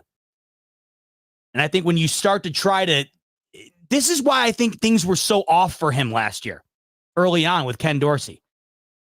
Don't you remember? I believe it was the game against the Jets, the first game back for Joe Brady as OC was when the Bills beat the living shit out of the Jets at home. I remember Josh Allen grinning from ear to ear that game, and I think we all remember that was the first moment, what felt like all year, or at least since the Dolphins game probably, where Allen looked genuinely happy. I know he says he hates running, and I know it's not probably the best thing for him, but I think he'd be the first to tell you that it's what makes him great, and it's what makes this team incredibly tough to defend. And that first game back, and then there on out, or that first game for Joe Brady and there on out, it was a whole different Josh Allen the rest of the way. It was the best version of Josh Allen. The first 9 games, I don't know exactly what that was. And it felt like it might have been that way because they were trying to make him somebody that he isn't for a couple reasons. One, I think they were really trying to force things with Diggs and other areas of the field that Allen just, it wasn't working, but they had to force it. I think that was part of it. And I do think a big part of it was they were really putting an emphasis on him not running the ball. And as soon as they put the emphasis back on him being able to run it, everything changed, including his demeanor, including the way he looked out on the football field. And as Jay Song is saying here, that led to the departure of Ken Dorsey. I think you're spot on. I think if we go back to this, and I think if Ken Dorsey was doing what Joe Brady was doing here the last 9 games of the year, we might not even be talking about Joe Brady right now at all because he might not be the offensive coordinator. Ken Dorsey did himself no favors by throwing the training wheels on Josh Allen through the first half of the year last year. And as Jay Song just said, it might have been what led to his departure. Might not be the whole reason, but you better believe it certainly was a major contributing factor. Can't do it. It's not good for anybody. I understand it's in the pursuit of preserving his health, but it's not doing him any favors in my opinion. I mean, we watched guys. For the 49ers last year in the Super Bowl. I forget who the hell was it. One of their better defensive players. When he walked off the side, he was walking out of the sideline, tore his ACL. Walking from the sideline back onto the field, tore it. Joe Burrow in the pocket. That's where he went down for the year with his hand going forward, got hit. It can happen anytime, anywhere. So to just get rid of one element of his game in pursuit of thinking that's ultimately just going to be what preserves his health, that would be foolish. I think taking parts of his game away, making him overthink things, making him go away from what makes him great, in all honesty, that might be what contributes to an injury. When he's got to take a snap and think, I can't run it right now. I can't run it. I got to overthink everything. Then I think that's when things start to go south. Josh Allen's game is great because of what it is, because of how he plays. Any alteration to that, to me, does no benefit to him or the team in general. As we're on this long soliloquy here about how great Josh Allen is, the reason we do this is because, somebody's got to do it. Somebody's got to sing the praises of Josh Allen because all of a sudden, nobody's doing that anymore. Over the last 2 weeks, we have been watching a very odd narrative start to rear its ugly head once again in accelerated fashion. Since the day he took the field for the Bills until now, no matter what he's done, Josh Allen has had a large group of people who will never admit that he is great. I don't know what it is. I don't get it. Even for me, you could say, it's biased that you think that way. You're a fan. Did you ever think Tom Brady wasn't great? Yeah. You hated him. We all did. You never said he wasn't great. Same can be said for Mahomes. We all can't stand Mahomes, but it's because of how good of a football player he is. The hate for Josh Allen, it doesn't seem to be because of that. It just seems to be because people think he's actually not very good. And it doesn't make sense. In the last 2 weeks, we've been given 3 more examples of this. Going into year 7, I can't for the life of me, I can't wrap my head around it. This is why I talk about it so much, because on here I preach like, don't give any validity to this shit. Don't give validity to the talking heads on TV who try to tell you that he isn't good. The reason I have to talk about it, though, is because it gets to a point where I have to sit with you and talk through the absurdity of it all. Because that's what it is. To me, it's absurd. I don't understand, outside of a collapse on defense from the Buffalo Bills against the Chiefs in the 13-second game, outside of a handful of things out of Josh Allen's control against the Chiefs last season, the one game to me where you could pinpoint and say, hey, you know what, man, that was not good, was against the Bengals 2 seasons ago in the divisional. It was terrible, but it wasn't just Josh Allen. Yeah, Allen was not good in that game. Find me somebody who was. One of the worst collective efforts I've ever seen from this team, and I bet you, moving forward, once Sean McDermott hangs it up, I bet you we look back, and I could say with full confidence that the worst effort I saw from that team was against the Cincinnati Bengals in a snowstorm at home in the divisional round of the 2022 season. So, yeah, pinpoint that game as a shit day for Josh Allen, but go ahead and pinpoint it as a shit day from everybody on that roster. Can't say the same about all these other playoff games. In fact, it's the opposite. All these other playoff games, you look at them and say, man, I don't think anybody in the history of the sport could have done much more than what Josh Allen just did. I know that for a fact in that 13-second game. It's one of the greatest performances I have ever seen by a quarterback at any level in any game ever. Losing effort. Even last season, do you remember the touchdown? Believe it was it Khalil Shakir? Do you remember the touchdown by Josh Allen last year in the divisional against the Chiefs? Believe it was Khalil Shakir, far end zone, opposite tunnel, where he's moving to his left. Shakir's going to the left side of the end zone. He basically has zero room between the end zone and the out-of-bounds line. And Josh Allen somehow got it to him, touchdown. Now, people look back at last year. Yeah, did the play with Chris Jones suck? Yeah. Was that on Allen? Yeah, I mean, I think some of it was. I think he should have went to Diggs on that play. Yeah. Do I think the Bills are even within 10 points if it wasn't for what Josh Allen had done up until that point in that game? No. Even further, do I think the Bills are playing in that game if it weren't for what Josh Allen did up until that point? Hell no. More or less in the playoffs, Josh Allen, since he's become the quarterback of the Buffalo Bills, he doesn't have the wins to show for it, but he's been one of the best playoff performing quarterbacks ever. Go look at the numbers. I know that's really hard to fathom because there is no Super Bowl appearance, much less a Super Bowl trophy. I mean, go look at the numbers. Since entering the league over this new wave of quarterback here, starting with Josh Allen, Lamar, right? All these new guys, Mahomes, there really hasn't been anybody who's played better in the playoffs than Josh Allen. So it can't be that. But then, of course, it is because everybody just says, oh, lost to the Chiefs. Josh Allen plus loss to the Chiefs equals Josh Allen sucks. Okay, got it. And, of course, the other low-hanging fruit. There's 2 apples for Josh Allen that seem to hang on the lowest branch of the apple tree, and everybody who hates Josh Allen can easily grab him right off the vine without even having to go on their tippy toes. One of them's losing to the Chiefs, and you know where I'm going with the next one.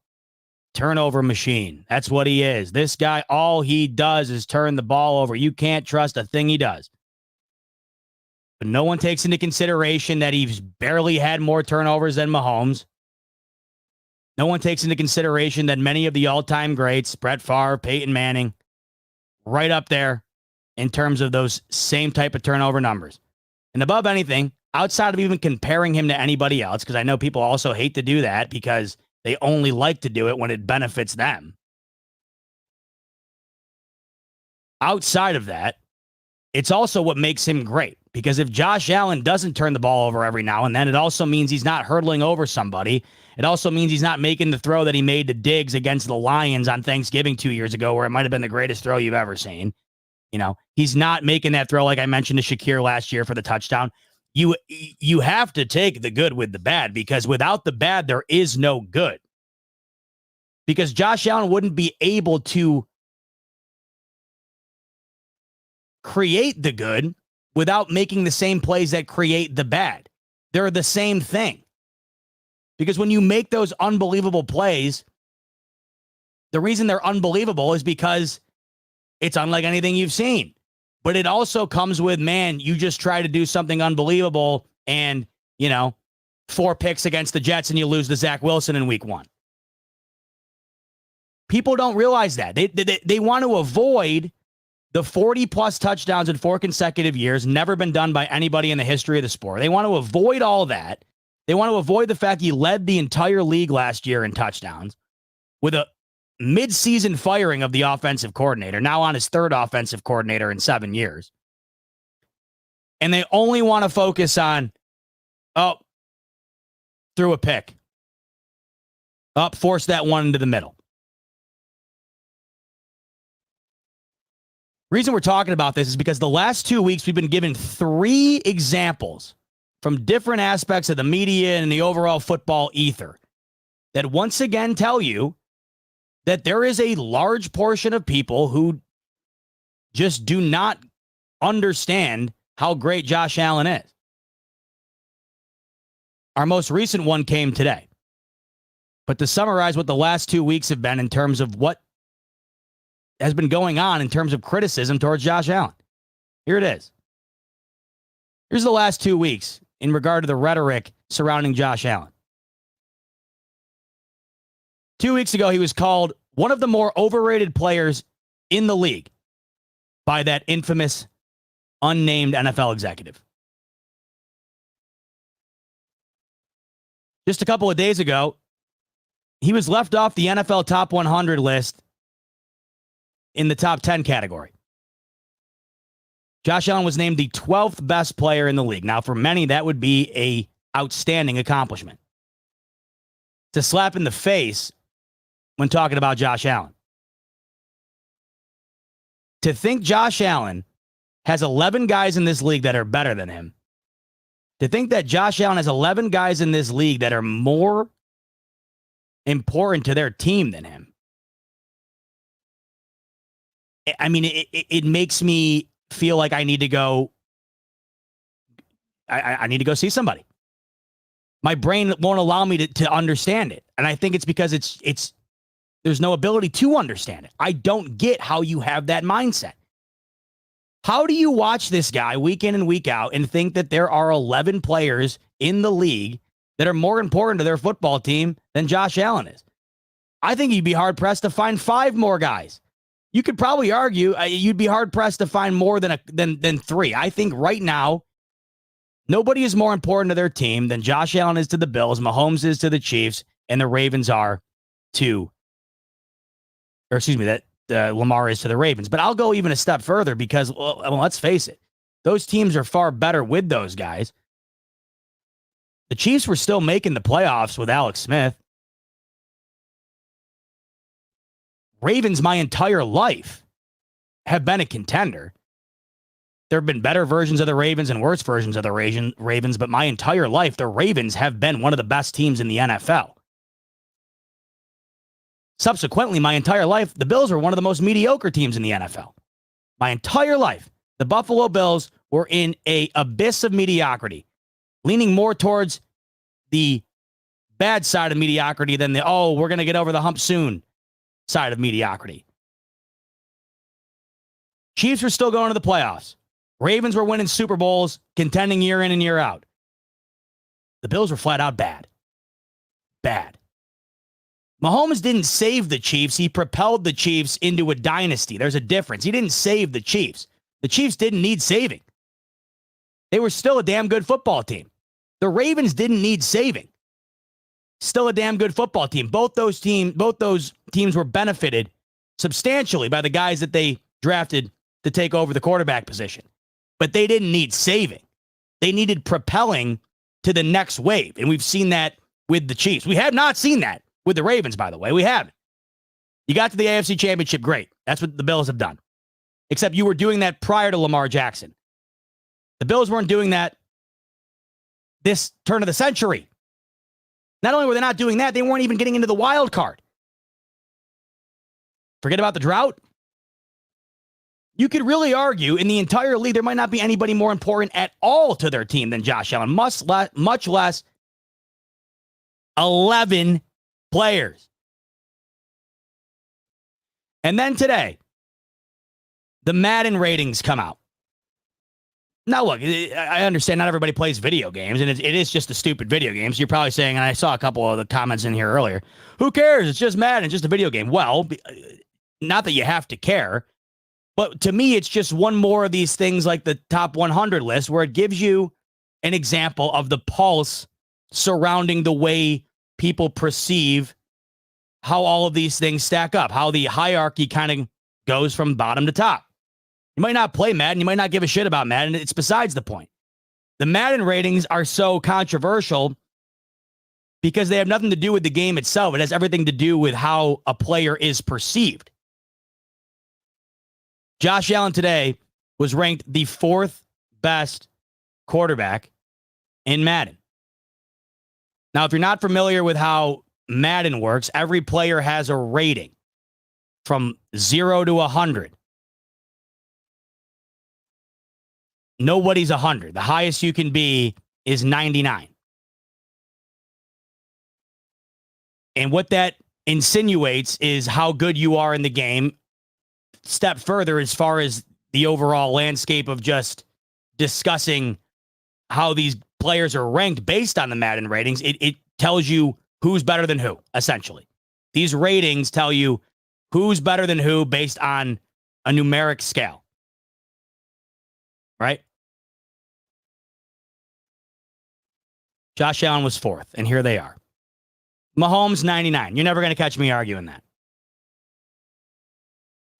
Earned to the nth degree. Never going to argue that. Beyond deserved, and it's accurate. Here's where you're losing me in a big way. Lamar Jackson, 98. So let's just take it at face value. Let's just take this number and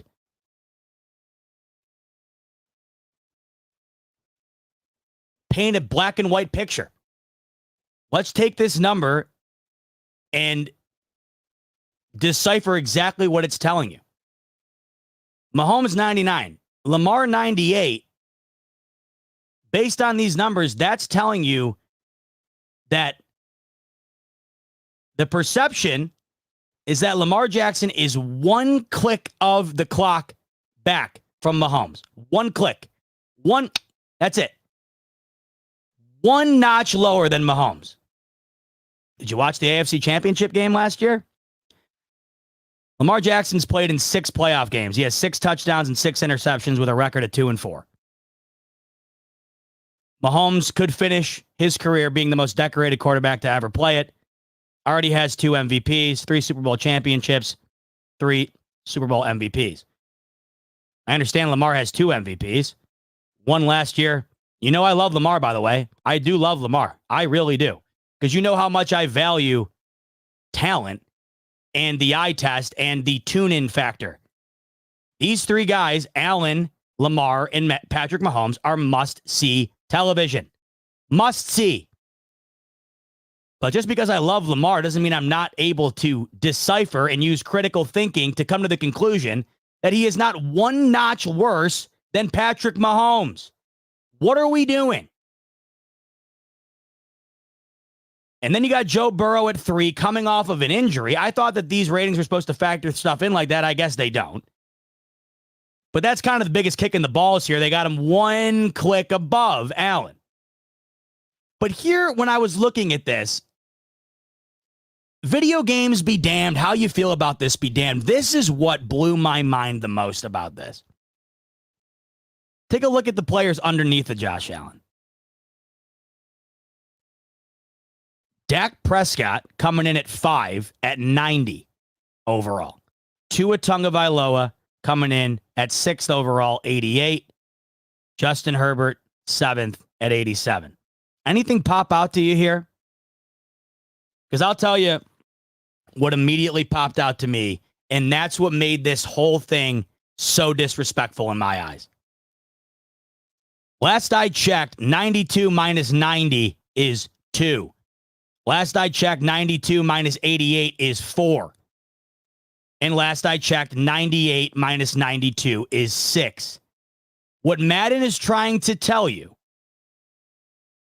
is that they perceive Josh Allen to be closer in talent to Dak Prescott and Tua Tagovailoa, the quarterback of the team in which Josh Allen is considered to be their father. Josh Allen is considered to be closer to the playing field of these guys than he is that of Lamar Jackson. 6 clicks above Allen. They have Dak 2 clicks below J.A., Tua 4 clicks below him.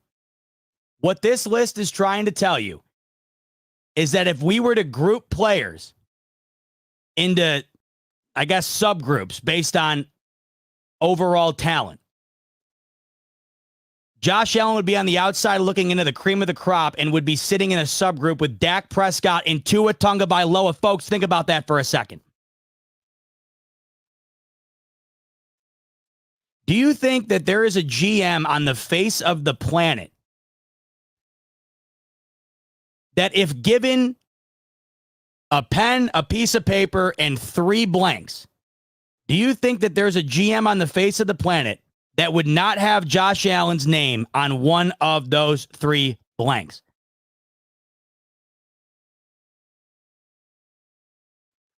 Do you think there's a GM on the planet that if asked, give me a quarterback that you think is comparable in talent to Tua Tagovailoa, do you think there's a GM on the planet that would answer Josh Allen? What are we doing? What are we doing?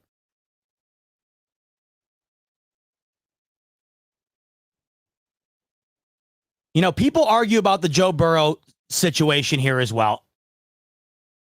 If you are a frequent viewer of mine, then you know that I'm a broken record in saying I am of the absolute belief that if all 31 GMs outside of the Kansas City Chiefs were given 1 draft pick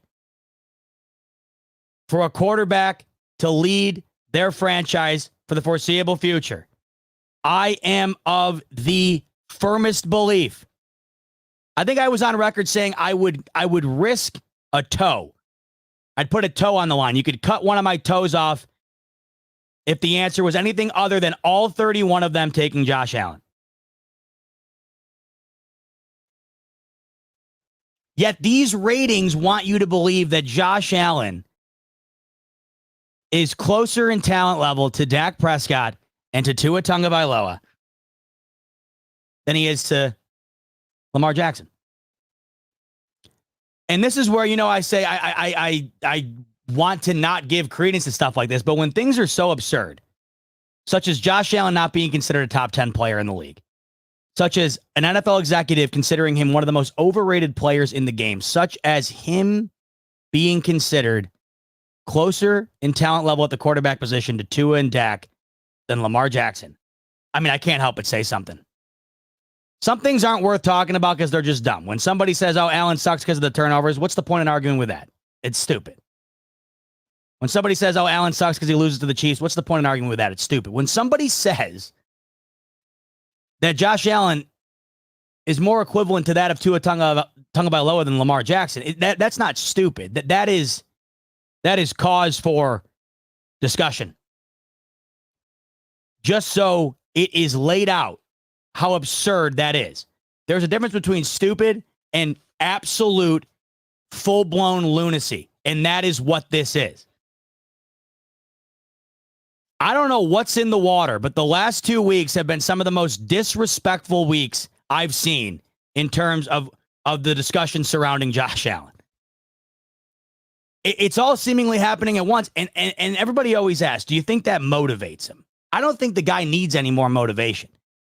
0-star athlete coming out of college, no Division I offers, had to beg and plead to go to Wyoming, send a million emails. You know the story by now. And then even when he was drafted, remember the infamous quote? In order for Josh Allen to succeed, he would have to defy math itself. Well, I'll tell you something. You want to know what defies math itself? The math that calculates a smaller difference in talent level between Josh Allen and Tua than Josh Allen and Lamar Jackson. That defies math. And not in a good way. So does it motivate him? I don't think the guy needs motivation. And do I think the Madden ratings are lighting a fuel under Josh Allen's fire? I don't think so. But I'll tell you this. It's the death by 1,000 cuts analogy. It's just a little thing here, a little thing there. There's not one gigantic catalyst moment here that's going to all of a sudden propel Josh Allen to win the Super Bowl. But you can't tell me that all these little things don't add up and make him want to go out and prove everybody wrong. And me and Rico have been talking about this.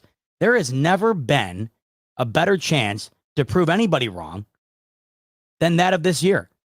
Because if he goes out and has another 40-plus touchdown season, if he goes out and wins the division again, if he goes out and leads the league in touchdowns again, if he goes out and leads the Bills to 11-plus wins again, gets deep into the playoffs, whatever, without Diggs, without Mitch Morse, without Gabe Davis, half the defensive veteran presence gone.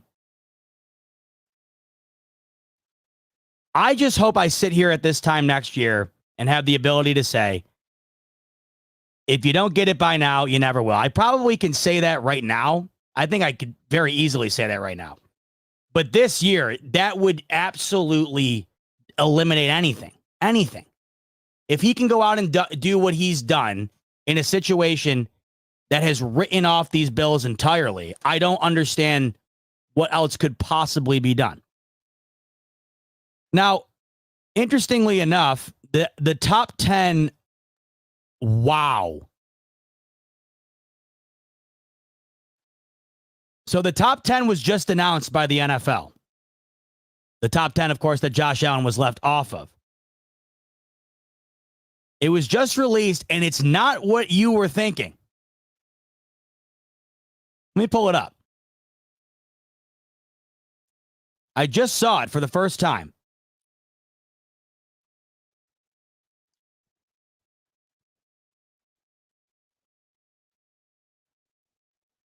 Let's just start here. Max Crosby. I love Max Crosby so much. First of all, anybody named Max with 2 X's because he was so big at birth that his mother added an extra X because of it. How could you not like that guy? Much less, the dude's a savage. He'd be on a short list of players if I had the ability as a fan to pick one player from the entire league to add to the Bills roster. Max Crosby would be on the list. Do I think Max Crosby is important to the Raiders as Josh Allen is to the Bills? Sorry. No. Travis Kelce. Boy, what a wildly successful podcast, another Super Bowl championship, and dating Taylor Swift will do for your public perception. Travis Kelce will probably finish his career as the greatest tight end I have ever seen. When I've been asked this before, if I could choose one weapon to score a touchdown with, say I have one play to score a touchdown, and I could choose one person to give it to, who would it be? It would be Travis Kelce. I've never seen somebody so unguardable, I think, ever. No one has ever been able to figure out what Travis Kelce brings to the field. It's incredible to me how open he is all the time. Touchdown machine in the red zone. The Chiefs aren't what they are, even with Mahomes, without Travis Kelce. And like I said, not only a first ballot Hall of Famer, but I think serious argument for probably the best I've ever seen in my lifetime. Number 9 after last year? Are we kidding? Are we kidding? Sam Laporta was better as a rookie than Travis Kelce was last year. George Kittle was better. Number 9? That's popularity right there. And that's not any disrespect to Pat Mahomes. Or excuse me, to Travis Kelce. That's no disrespect to him. This is based off last year. He was not the 9th best player in the league last year. Let me pull up the stats.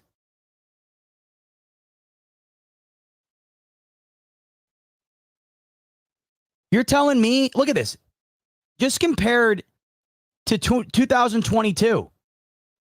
Look at this, guys. Just to show you I'm not insane. Mind you, these are still great numbers. Like, once again, this is no disrespect to Kelce. But number 9, 17 less catches, 400 less yards, more than half less in the touchdown category, the most important category of them all. Come on. 9?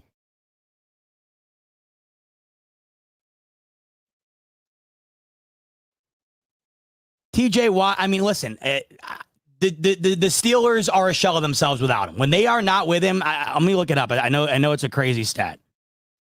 Steelers record without Watt, and we know what that looked like last year when the Bills played him in the playoffs. JJ Watt was hurt. Look at this. This is where you're making a good argument for me, okay? The Pittsburgh Steelers are 1-10 without TJ Watt. What does that mean? You are of the utmost value to your organization. TJ Watt, 100%. You can make the argument that, hey, in front of Josh Allen, I'm not going to argue it.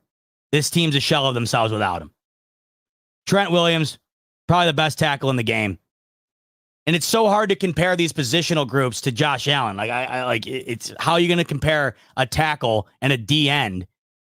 Just goes to show you, by the way, the value being put on the edge presence. Right here, you got Max Crosby, TJ Watt, and Chris Jones all within a couple spaces of each other on the top 10 list here. But, Chris Jones, another great one. The Chiefs do not win the Super Bowl without Chris Jones. No chance. The defense won the Super Bowl for the Chiefs last year. Don't get it twisted. Doesn't mean Mahomes wasn't phenomenal. Doesn't mean he came up big when he needed to, because he certainly did. The Chiefs won the bowl last year because of their defense. You could argue the Chiefs beat the Bills in the divisional because of Chris Jones. I have no problem with Chris Jones being there. Myles Garrett, same thing. I mean, Myles Garrett, argument for the best defensive player in the league. Last year, he was getting talked about being potentially an MVP candidate. Browns defense is a shell of itself without him as well. This is insane. Okay, now I think we're just starting to lose. We're just starting to lose our minds everywhere now. I'll tell you, this honestly has me feeling. It has me feel a little bit better. What are we doing? Folks, do you see what I'm seeing right now? Do you see what I am seeing right now on your screen?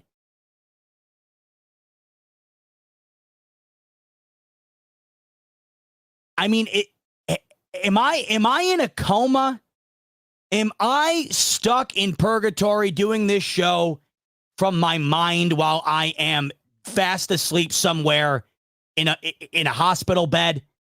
Because what the hell is this? This has me feeling better about Josh Allen at 12, because this is the dumbest thing I've ever seen in my entire life. For those listening back on the podcast version of this who don't have the ability to look at the screen, let me paint a picture for you as to what I am currently looking at right now. I'm dumbfounded. I'm trying to find the words to best explain what I'm about to say here, okay? We're on the top 100 list, and we've just approached number 4. And it's not who you think it would be. It's Patrick Mahomes. We're starting to watch Patrick Mahomes he's starting to approach the LeBron James territory, where LeBron James has been the best player in the league for so long. Now, I get it. Now it's different. But LeBron's damn near, what is he, 40? And yeah, Jokic, is he a better player right now? Yes. Is Doncic a better player right now? Yes, I get it. But let's be honest. For 90% of LeBron's career, he was the best player in the NBA. And the thing of it is, when it comes down to politics, which these things are based upon, you can't give LeBron the MVP every year. You get exhausted. You can't do it. Oh, well, we can't do this. We can't do it again. It's like with Jokic. They gave it to Embiid last year because they didn't want to give Jokic another one. It's politics. We're starting to watch in real time the Patrick Mahomes fatigue. I certainly don't have it because the fatigue I suffer from comes at the hands of this guy. I'm tired of how great he is. But that doesn't mean I knock him down a peg because he's still that great. This right here is saying we're tired of how great he is, so we're just going to pretend he isn't that great. Mahomes should be number one on this list until he puts together a Jamarcus Russell type season. Sorry. Mahomes is the best player in the league until somebody significantly proves otherwise.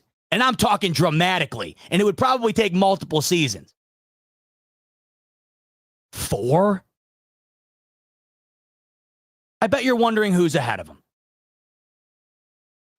Look, is Christian McCaffrey more valuable to the Niners than Mahomes is to the Chiefs? Come on. Do people forget the 49ers were in the Super Bowl with Jimmy effing Garoppolo 4 years ago? And Christian McCaffrey was running up the middle in the Motor City. Christian McCaffrey, to me, is on a short list of the greatest running backs I will ever see. I'm in love with Christian McCaffrey. Once again, back to the point I was making with Max Crosby. You want to talk about a short list of guys, if I had one choice to add to the Buffalo Bills, I mean, he's right there. He might even be number one. The Niners have been one of the best overall teams my entire life. And just as recent as a couple of years ago, we're in the Super Bowl with a 10-point lead in the fourth quarter without him. He is not more valuable to the team that lost to the guy behind him.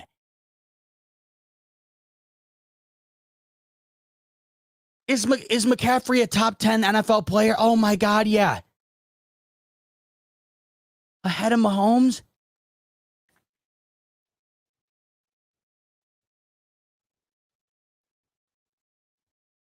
You might be wondering who's next. Guys, I can't take this anymore.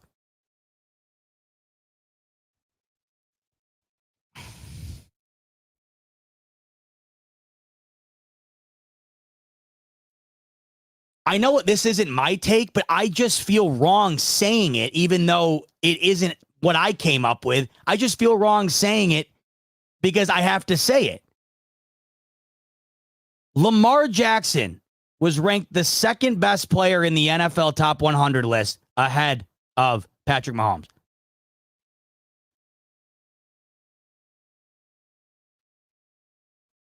Ten slots higher than Allen. But that's besides the point at this point. Because, you know, like, I get it. I said this 1,000 times. The quarterback hierarchy to me is a carousel of Mahomes, Allen, and Jackson. Mahomes is solidified one. Anyone who argues differently with you, I'm not arguing with it. I get why people think Lamar's two. Fine. He ain't one on any universe. I don't care if you're here. I don't care if you're in a galaxy far, far away. There is no planet. There is no universe. There's no galaxy where Lamar Jackson is better than Patrick Mahomes. What are we doing? Number 2 on the list. I got to tell you, and once again, this is coming from somebody who truly loves Lamar Jackson. Not only do I love him as a player, I think he's one of the best personalities in the game. He's a great interview. I think he's hilarious. Seems like a great dude. And above anything, like one of the funnest players you'll ever see as far as play style is concerned.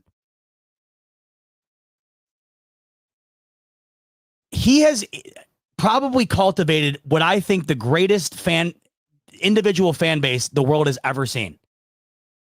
He has been able to create out of thin air with a 2-4 playoff record and a 6 touchdown and 6 interception stat line in those playoff games. He has been able to create the narrative that he is the best quarterback in the league.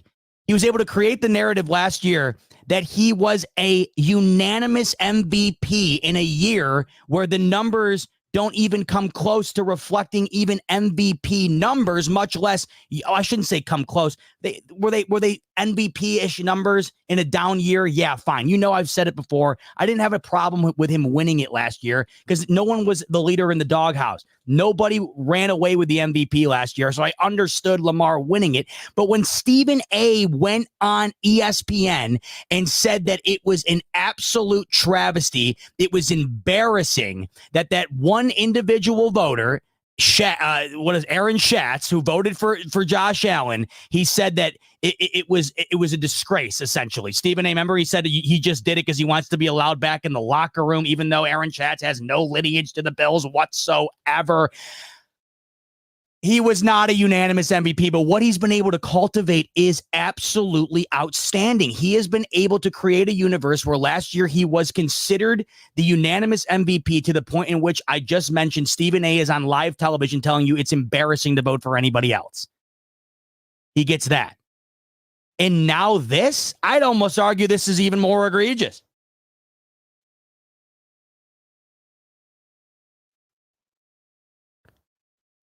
And to parlay that with the fact that Josh Allen's on the outside looking into the top 10.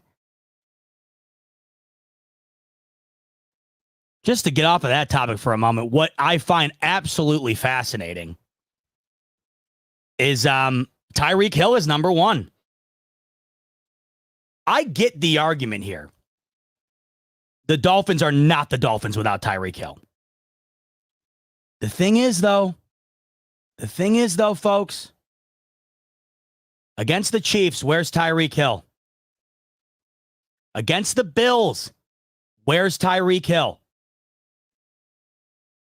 I'm not talking about the Chiefs' Tyreek Hill. I'm talking about the Dolphins' Tyreek Hill. Is Tyreek Hill one of the best wide receivers I've ever seen? Oh, yeah, no doubt. I mean, just an absolute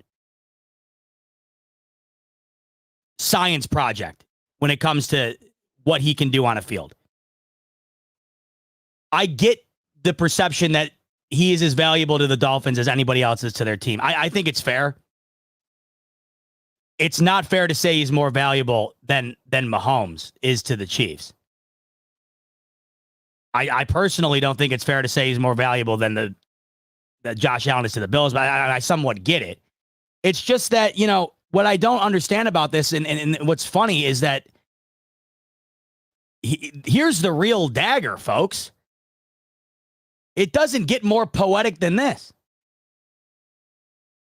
McCaffrey, Lamar, Tyreek. That just so happened to be 3 players that stood in the way of number 4 winning his 3rd Super Bowl. And he beat number 3 in McCaffrey. He beat number 2 in Lamar. And he beat number 1 in embarrassing fashion in Tyreek. Do you need anything else? The 3 guys ahead of Mahomes are 3 guys that took an L from him 3 months ago in the playoffs. Yet he's 4th out of those 4.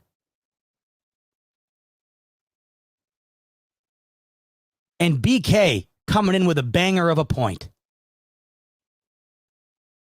With the number 1 overall player in the league, Patrick Mahomes had 1 Super Bowl when he was his teammate. He has 2 in 2 consecutive seasons without him.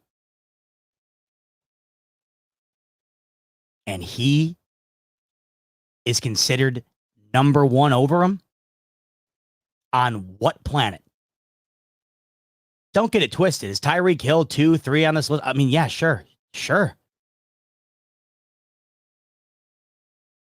This is crazy town, man. This is crazy town. BK, that was an excellent point. Because not only did Mahomes beat up on the Dolphins this year in the playoffs, and in fact, kudos to Tyreek. The only play, literally the only play it felt like that actually went 5 yards beyond the line of scrimmage for the Dolphins in that game happened to be an errant duck of a throw from Tua that just so happened to land in the lap of Tyreek for probably a 25-yard gain in that game.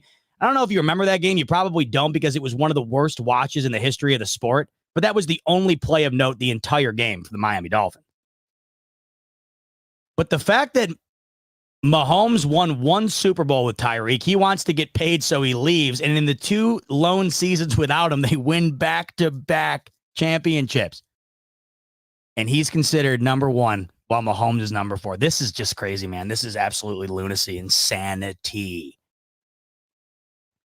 Does make me feel a bit better about Allen on the outside looking in because you can just throw this list right in the trash. I mean, honestly, I don't feel bad about a bunch of these guys, really. Max Crosby's fine with me in the top 10.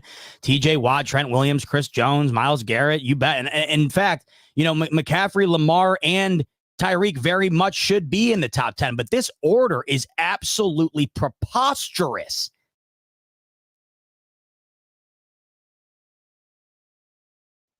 I cannot, for the life of me, believe, as I scroll down here, when I first saw Mahomes at 4, I did a double take. I'm like, you got to be shitting me. And then it clicked to me. I hadn't seen Lamar's name yet. And I mean, this is just, I don't know what else to say. If you needed any proof as to how delusional these lists are and shit, then there you go. I mean, within the last 20 minutes, I've showed you 2 examples of absolute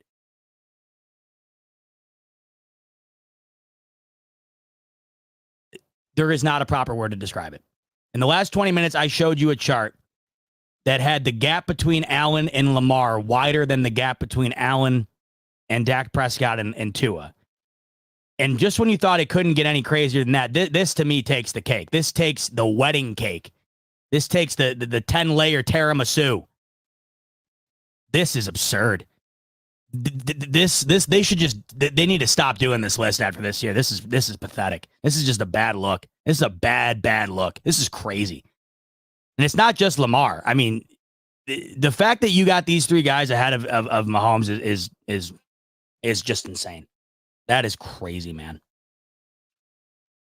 Holy shit. I was not expecting to see that, but there it was. I'm glad we were able to get into that live here.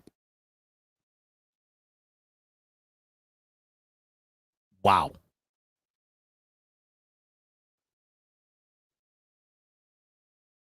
Well, let's just go take a look, by the way. So as we had it here, we'll hop over to BetUS real quick because as it was sitting there, as you were seeing here, you have in order based on, and I like to compare it to the betting markets because the betting markets are more honest to me. It shows you when people have money involved, they're not going to be willing to just say whatever.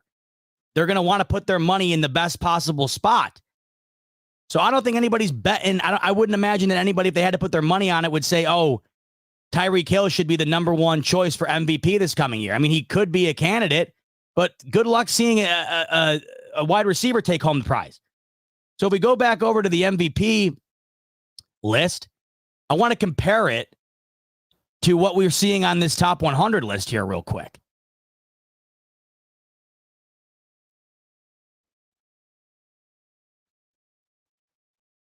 So you have Mahomes, Allen at 2, like I said earlier, plus 800.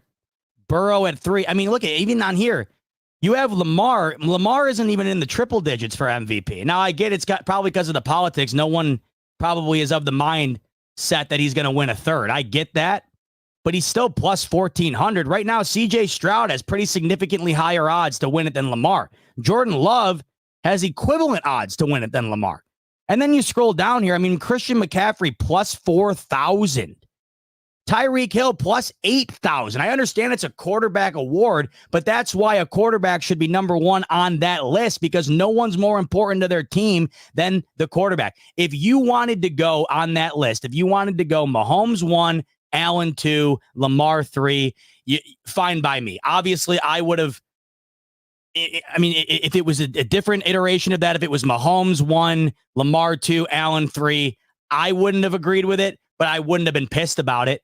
I would have been like, all right, it's just like every other argument we have about these quarterbacks. It's a cycle of these three, right? I mean, right here goes to show you, right here in the betting markets. I mean, right here. Tyreek Hill is plus 8,000 to win the MVP to Mahomes plus 500. And you're telling me he's the number one player in the league? I mean, hey, it's your call, right? If you think you want to take a little taste on Tyreek Hill and prove this list right this coming year, go ahead. Plus 8,000. Josh Allen, of course, like I keep mentioning, plus 800. Mahomes is the favorite at plus 500. You can get in on that via the link in the description below. 125% sign-up bonus with BetUS up to $2,000, including fastest payouts in the industry, easy deposit, 24/7 personalized service, 365 days a year. You name it, BetUS has it. Quick word from Mike Vick once again about BetUS. On the other side, we'll talk a little bit more about other Madden ratings that really seem to just be anti-Bills. And I mean, that seems to be the theme lately, but there's more to uncover even outside of just Josh Allen. But here's one quick word from Mike Vick and BetUS. Michael Vick here at BetUS.com. Get it all. Huge bonuses, great odds, a race book, live in-game betting, and a casino. BetUS, my online sports book and casino.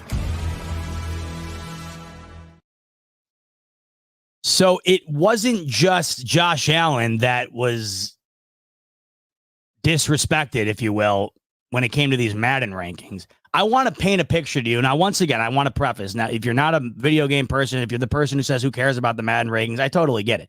I just want to give you one more example of what the perception currently is surrounding these Buffalo Bills. Before we dive into the Madden ratings, there's probably a graphic I should show you first to give you an example of what we're dealing with here. And it goes back to that NFL Top 100. And it further illustrates my point as to why Josh Allen should be nowhere outside of the top 5 on that list. Obviously, when it came to the top 100, some teams had more than others on the list, right? Some teams had 2, some teams had 3, some teams had a bunch. The 49ers had 9. They led the way with 9 players. And when you think about it, that makes sense, right? Last year, if you looked around the league and you had to just give the easiest answer,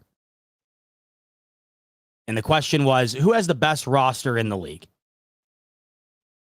I think the easy answer is the 49ers.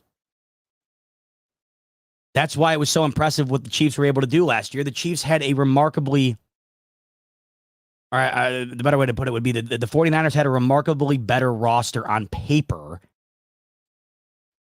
than the Chiefs, but it just didn't matter. Right? But you look at the Niners, they're loaded. They're absolutely loaded from top to bottom. Say what you want about Brock Purdy. Yeah, the way he's been playing, he's a top 100 player in the league. Sure. Trent Williams, of course. Deebo Samuel, George Kittle, Brandon Ayuk. The list goes on and on.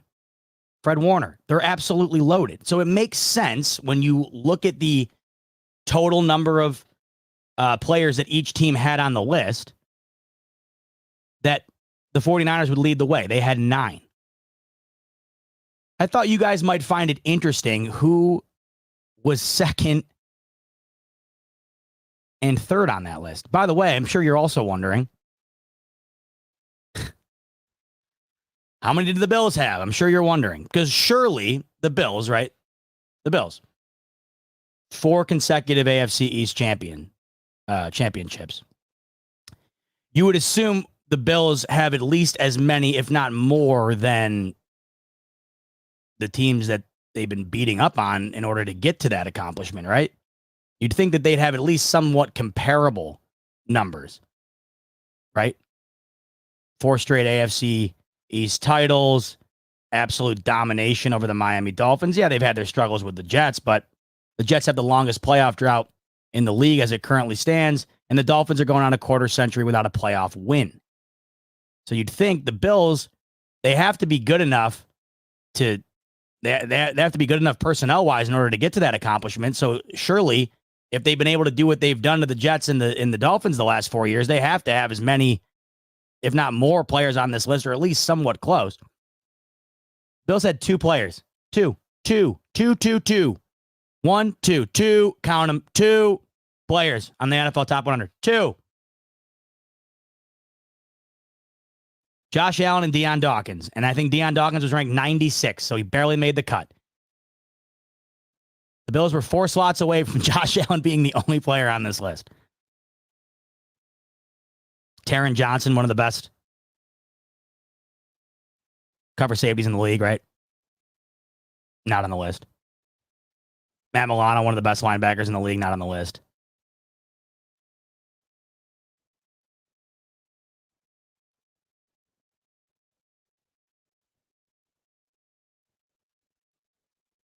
Two. So that has to mean that the Jets and the Dolphins only had a couple, right? You probably would assume the Dolphins have more because they have, Tua is considered a top 100 player. That's fair, obviously. Waddle, Tyreek, you get it. You understand why they'd have more. The Dolphins have a better roster than the Bills. I don't think anybody's arguing that. So it makes what they do against them that much more impressive. But you'd still probably think it's somewhat comparable. You'd surely think it would be somewhat comparable with the Jets, no? Once again, the Bills had 2 players on the top 100.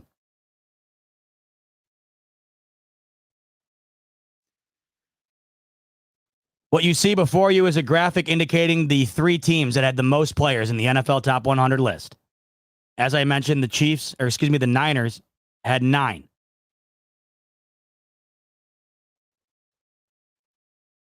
Your eyes are not deceiving you, folks.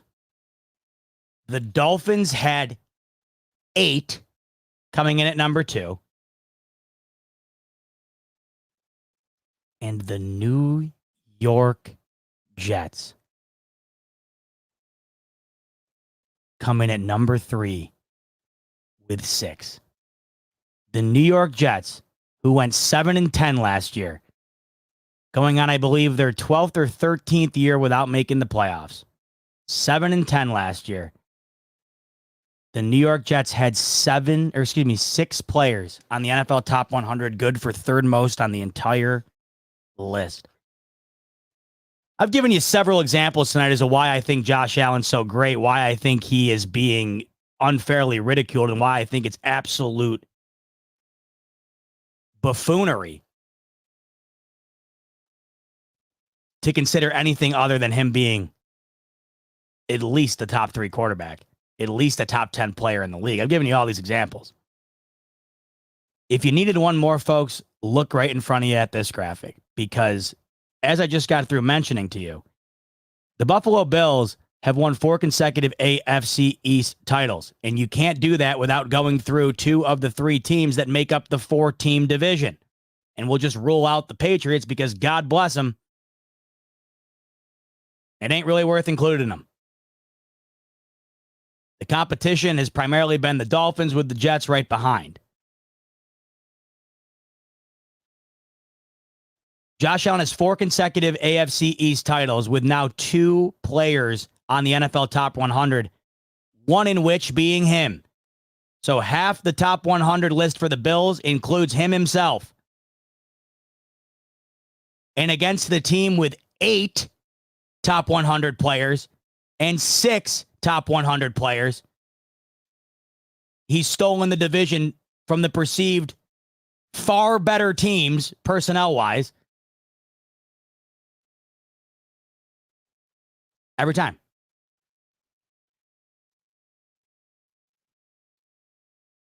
If you needed any more reason as to why Josh Allen might be the most valuable player to his entire team in the league, look no further than right in front of you.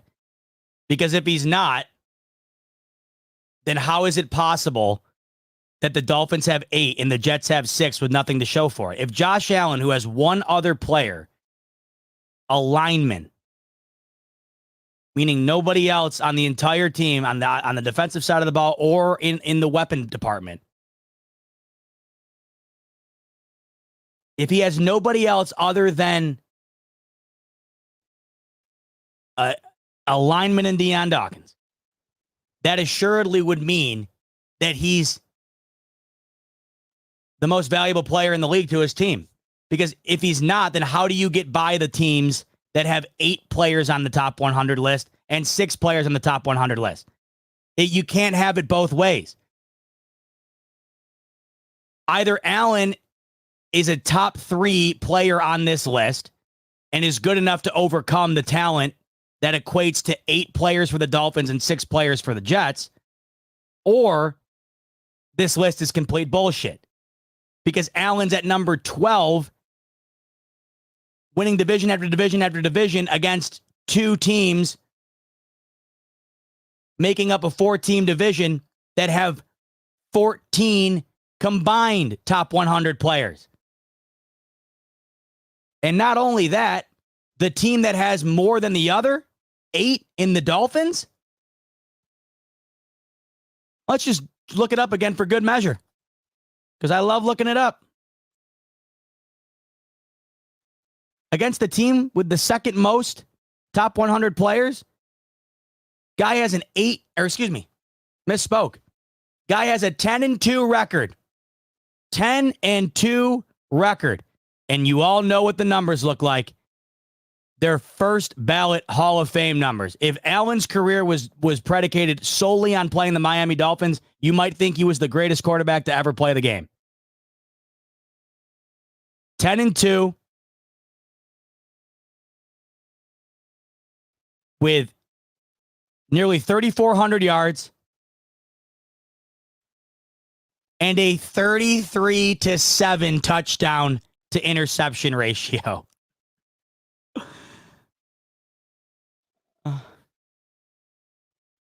Allen's averaging just south of 300 yards, 3 touchdowns, and less than a pick a game against the Miami Dolphins in his career. 10-2 record. And it only gets better after better. And also, we all know that there have been in big moments, including last year. No bigger moment for the Dolphins in recent memory than that moment last year where they absolutely messed themselves. So you're looking at this, right? 10-2 record with absurd stats, nearly 3,400 yards, 33 touchdowns, 7 interceptions.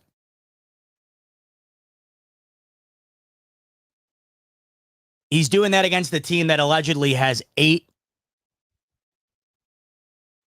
top 100 players. Folks, you can only start 22 players on an NFL roster, 11 on each side. Defensive side of the ball and offensive side of the ball have 11 starters. This list would indicate that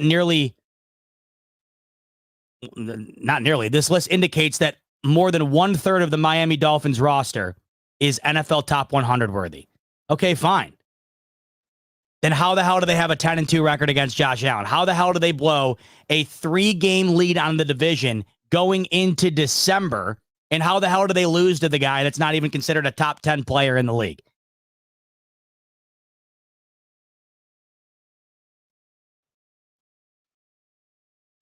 There's holes in all of this, yet somehow it keeps being shoved in your face. And that's why, once again this year, the Jets division to lose. So long as Rodgers stays healthy, it's the Jets to take. Super Bowl bound if he stays healthy. The Dolphins, this year's the year. Believe it when I see it. And to be able to look at this with a clear conscience and tell me that Josh Allen isn't a top 3 quarterback based on the Madden ratings and isn't a top 10 player based on the top 100, then what is it? You can't have it both ways. How the hell does a sub-top 3 quarterback, how the hell does a quarterback on the outside looking into the top 3 in the Madden rankings, how does a quarterback on the outside looking into the top 10 of the NFL, how the hell does he accomplish what he does against these teams that are perceived to be as great as this list is trying to tell you that they are? One of two things. Either this is bullshit or Josh Allen should be top 3 on that list. There's nothing in between. And this also paints another picture. This paints you the picture that the Dolphins and the Jets should be perceived as 2 of the best teams in the league. It pretty much tells you that they should be on par as far as talent level and competitiveness is concerned with the San Francisco 49ers, who have been one of the best football teams in the last decade. Once again, I'll reiterate, the Miami Dolphins are going on a quarter century without a playoff win. The Jets are going on, I think, 13 years without a playoff appearance. The Miami Dolphins as you're being told here, are going into this team, going into this year with over 1/3 of their roster being a top 100 player. I mean, this is also telling you that a quarter of the Jets roster who won 7-10 last year, a quarter of the Jets roster is top 100. This should tell you, right? Okay, well, A plus B should equal C or whatever the hell. I don't care if that makes any sense. 1 + 1 should equal 2, right?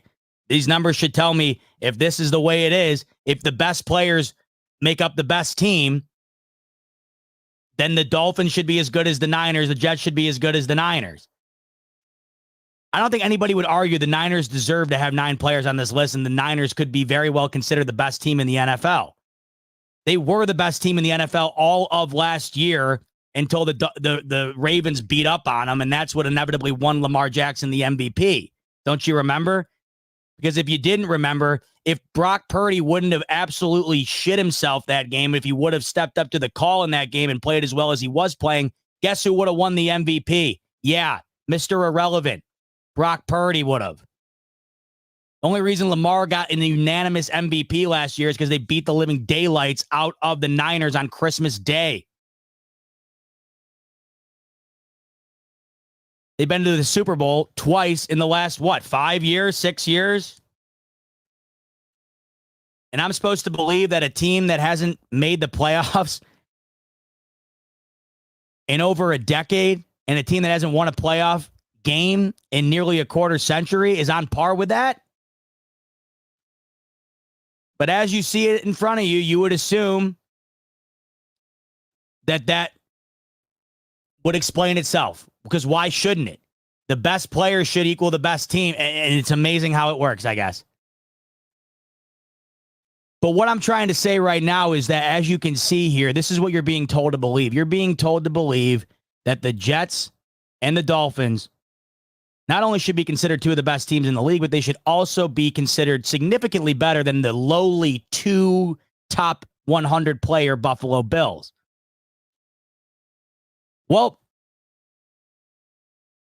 Madden agrees with you once again. Let me pull it up. Boy, oh boy. I mean, just so much ammo tonight. This is just incredible. I mean, it's like I'm operating a turret back here with all this bullshit. This is crazy. If bullshit was turrets, I mean, I'm literally on the top of a tank right now, just unloading. Here we go.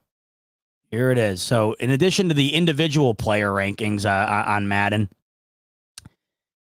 they were also kind enough today to provide us with the top 10 rankings of overall units in the NFL, meaning overall team, overall offense, overall defense. Let's take a look, shall we?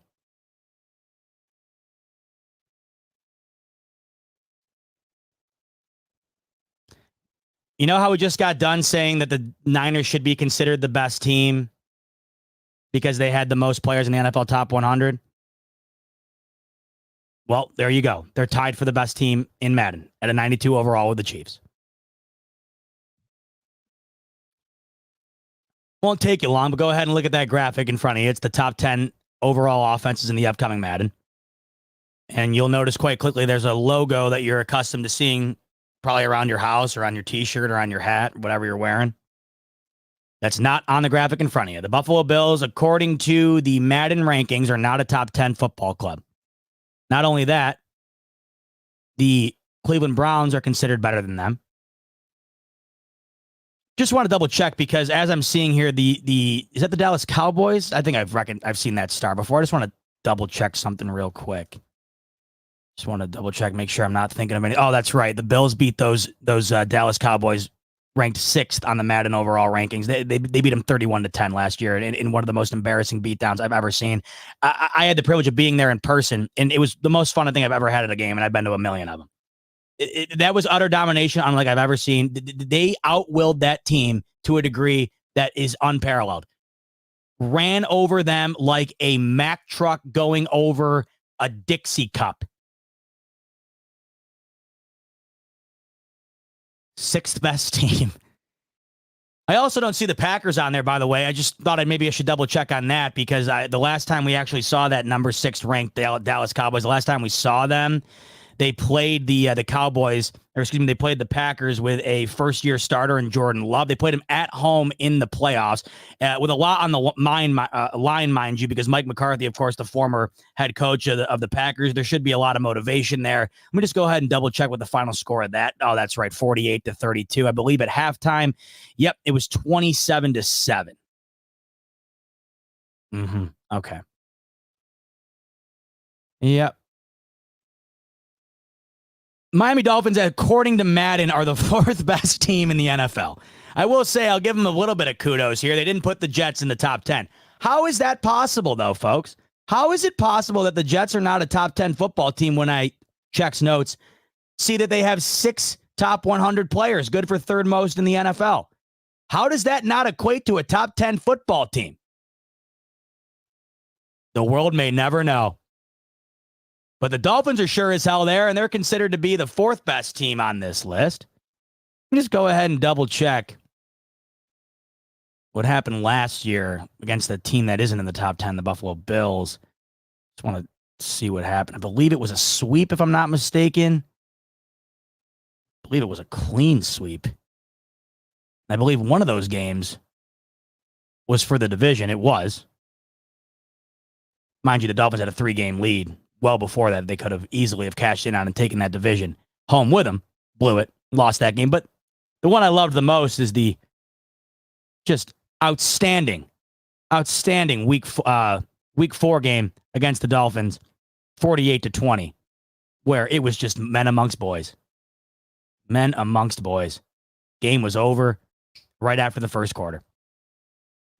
But anyway, there it is. Dolphins number 4. Cowboys number 6. To me, it's funny. The Dolphins and the Cowboys, they're the same team. It's just that each one is in a different division. The Dolphins are the AFC version of the Cowboys. The Cowboys are the NFC version of the Dolphins. They are both the biggest frauds in the entire league. They're both the biggest frauds in their own respective conference. That's why it was so fun watching them play last year, because it was the Fraud Bowl. I want to go double check because that game perfectly indicated exactly what those teams were. The Dolphins actually wound up winning, believe it or not. And once again, I mean, it's just, it writes itself. The story writes itself. The 2 most overrated teams in the NFL just so happened to come down to the final play of the game, I believe, and it was a 2-point game, 22-20. That game went exactly how I thought it would. It's just I thought the Cowboys would win. Because you have 2 of the biggest frauds going at it, of course it's going to come down to the wire. So, you know, in the top 6 here of the league, you have the 2 biggest frauds making up 1/3 of that top 6.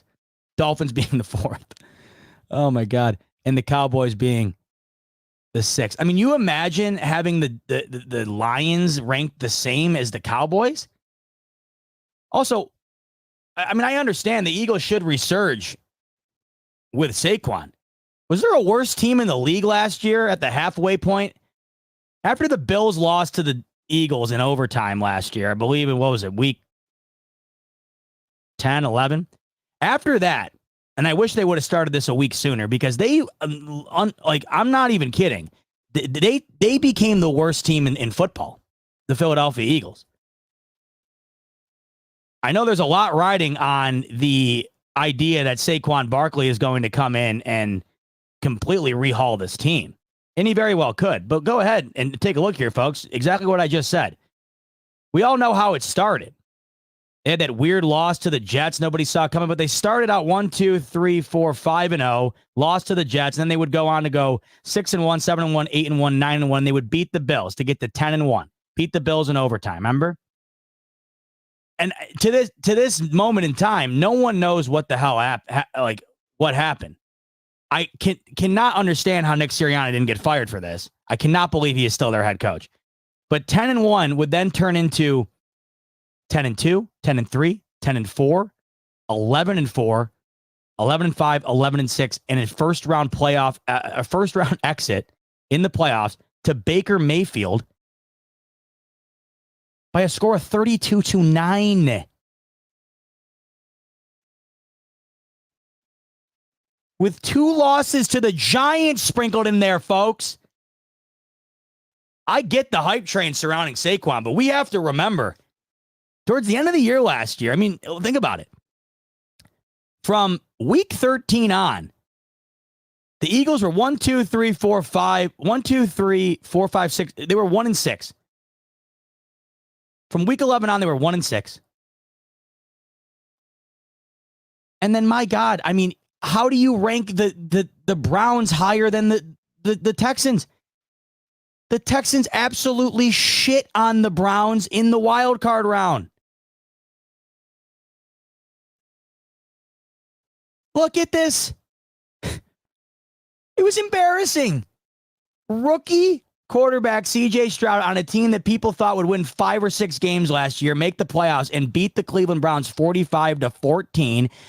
The Texans do nothing but get better this offseason. They get healthier. They get Tank Dell back, right? They're going to be adding Stephon Diggs. Got better on defense. Browns are somehow better. Till Deshaun Watson can prove that he's even a mediocre quarterback, if and when he's even going to be on the field, and you got them over the Bills. I mean, come on. I mean, this is just... All right, so let's move over to the top 10 offenses. Assuredly, you'd think that the Bills would be on there with one of the best quarterbacks in the league. Nope.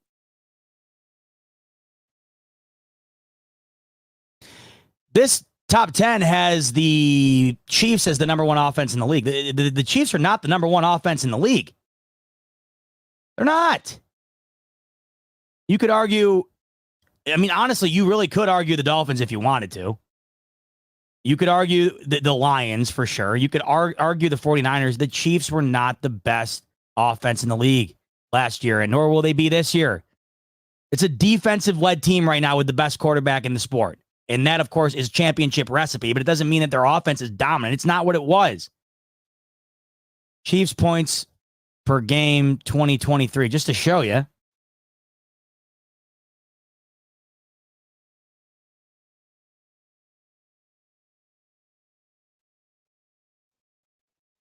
Chiefs averaged just over 21 points a game last year.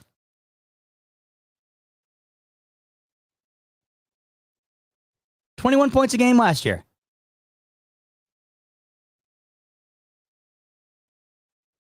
I want to see where does that rank?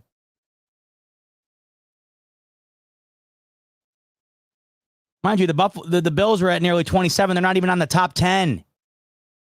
Folks, last year, the Kansas City Chiefs were the 14th best offense in the league in terms of points scored per game. I mean, this is just insane. The only thing that's, pretty much the only thing that's really different this year is they had Xavier Worthy. They should be the number 1 defense. I'll take a quick peek, and they're not. I mean, they're not even a top 5 defense. I mean, you could have argued maybe the Chiefs had the best defense in the league last year. This is. I've never seen so much bullshit in one night. I mean, this is crazy, man. This is crazy. Anyway, here's the top 10 offenses in order. Chiefs, Ravens, Eagles, Niners, Bengals, Lions, Dolphins, Cowboys, Texans, and I'm sorry. The Cleveland Browns.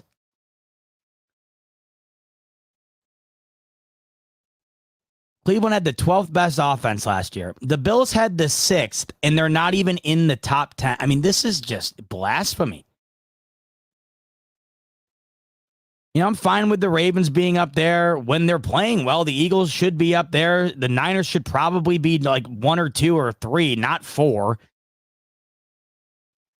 Joe Burrow going to stay healthy? Are they going to get off to another shit start at the beginning of the year like they seem to always do? We'll see what happens there. I mean, the Texans should be higher. The Lions, to me, should be higher, and frankly, so should the Dolphins. But, I mean, whatever. And then moving on to the top 10 defenses, once again, like I always say, the Bills have had a top 10 defense under Sean McDermott pretty much throughout the entirety of his whole tenure in Buffalo. And they're not on that either. They're not a top 10 defense either. In order, you have, I'm sorry, is that the Dolphins at number 4? Oh my ever loving God. So in order, you have the Niners, the Ravens, the Steelers, the Dolphins, the Browns, the Jets, the Cowboys, the Chiefs, the Saints, and the Pats. Folks, Madden has the Dolphins as the fourth best defense in the NFL. Oh my God. They have their defense better than the Browns. The Dolphins are the third best defense in their division, much less the fourth best defense in the league. How can anyone with a straight face say that the Dolphins have a better defense than the Jets and the Bills? And they have them at fourth.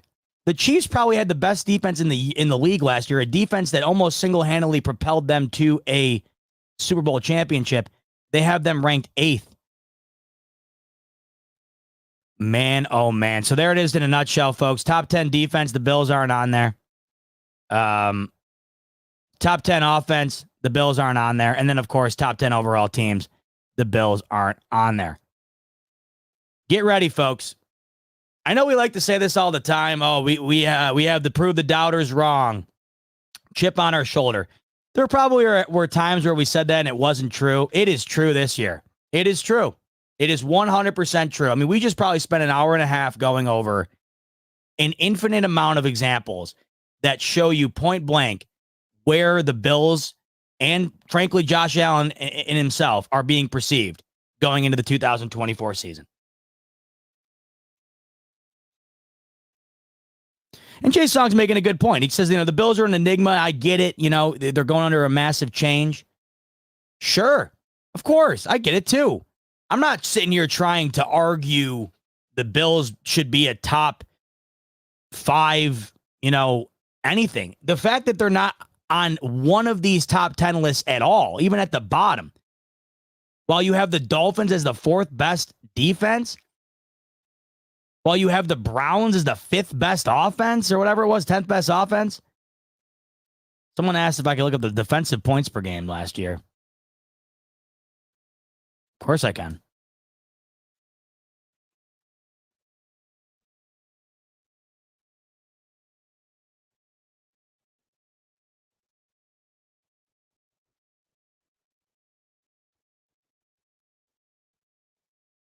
I'm trying to find Miami on here.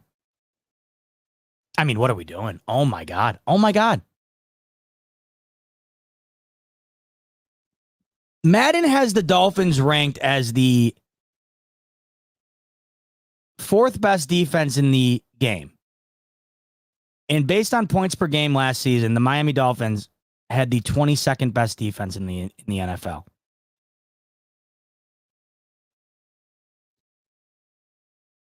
You guessed it. The Buffalo Bills had the third best. This is what I'm saying. Like Jay Song, when you're saying, you get it. Like I get it too. Like I get it. Like why the Bills would be doubted to some degree. There's levels to it. I get the doubt. I have some doubt. It's a whole new team.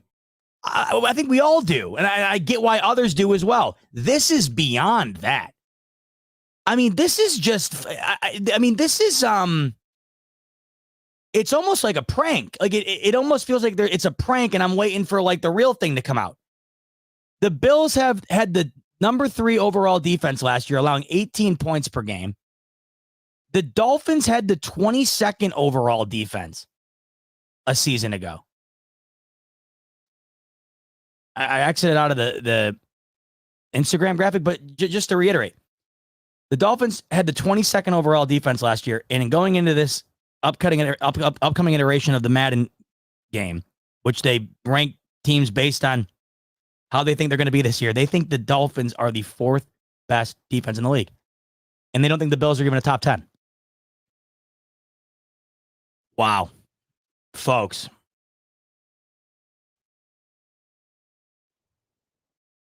Before we close out, I want to take one more look over at BetUS, because based on all these teams, right, you got to imagine if the Buffalo Bills aren't considered to be a top 10 team, then surely they got to be boasting a pretty terrible odd to win the Super Bowl, right? Wouldn't you imagine? If the Buffalo Bills aren't considered to have a single unit in the top 10 overall, defensively or offensively, if they don't have anything in the top 10, then surely they must be considered a team that has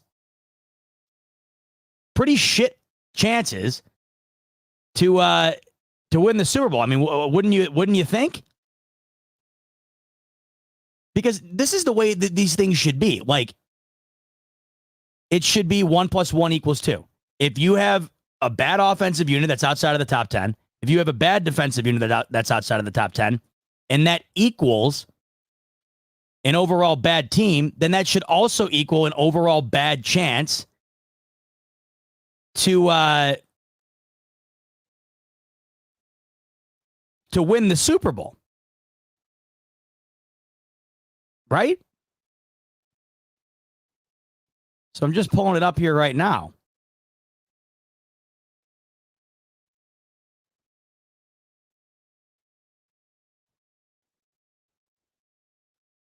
And what do you know? Chiefs number 1, as they should be. Niners number 2, as they should be. And here's how it goes. 1, 2, 3, 4, 5. And it looks like, let's see, plus 1,400 for the Eagles. So 1, 2, 3, 4, 5, 6, 7. Chiefs are 1. Niners are 2.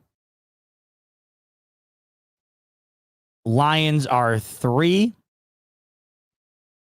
Or excuse me, Ravens are 3. Lions are 4. Eagles and Bengals are tied for 5. And the Bills have the 6th overall best odds to win the Super Bowl. 6th overall best odds to win the Super Bowl, with Josh Allen currently possessing the 2nd best odds to win the MVP. Yet Josh Allen is not considered a top 10 player, and the Buffalo Bills are not considered a top 10 defense, are not considered a top 10 offense, and are not considered a top 10 team. If you've ever had more reason to go and get in on a little action with the Buffalo Bills and their Super Bowl chances, I know it hasn't happened before, but man, it's stuff like that that makes you think it makes you think, I don't know.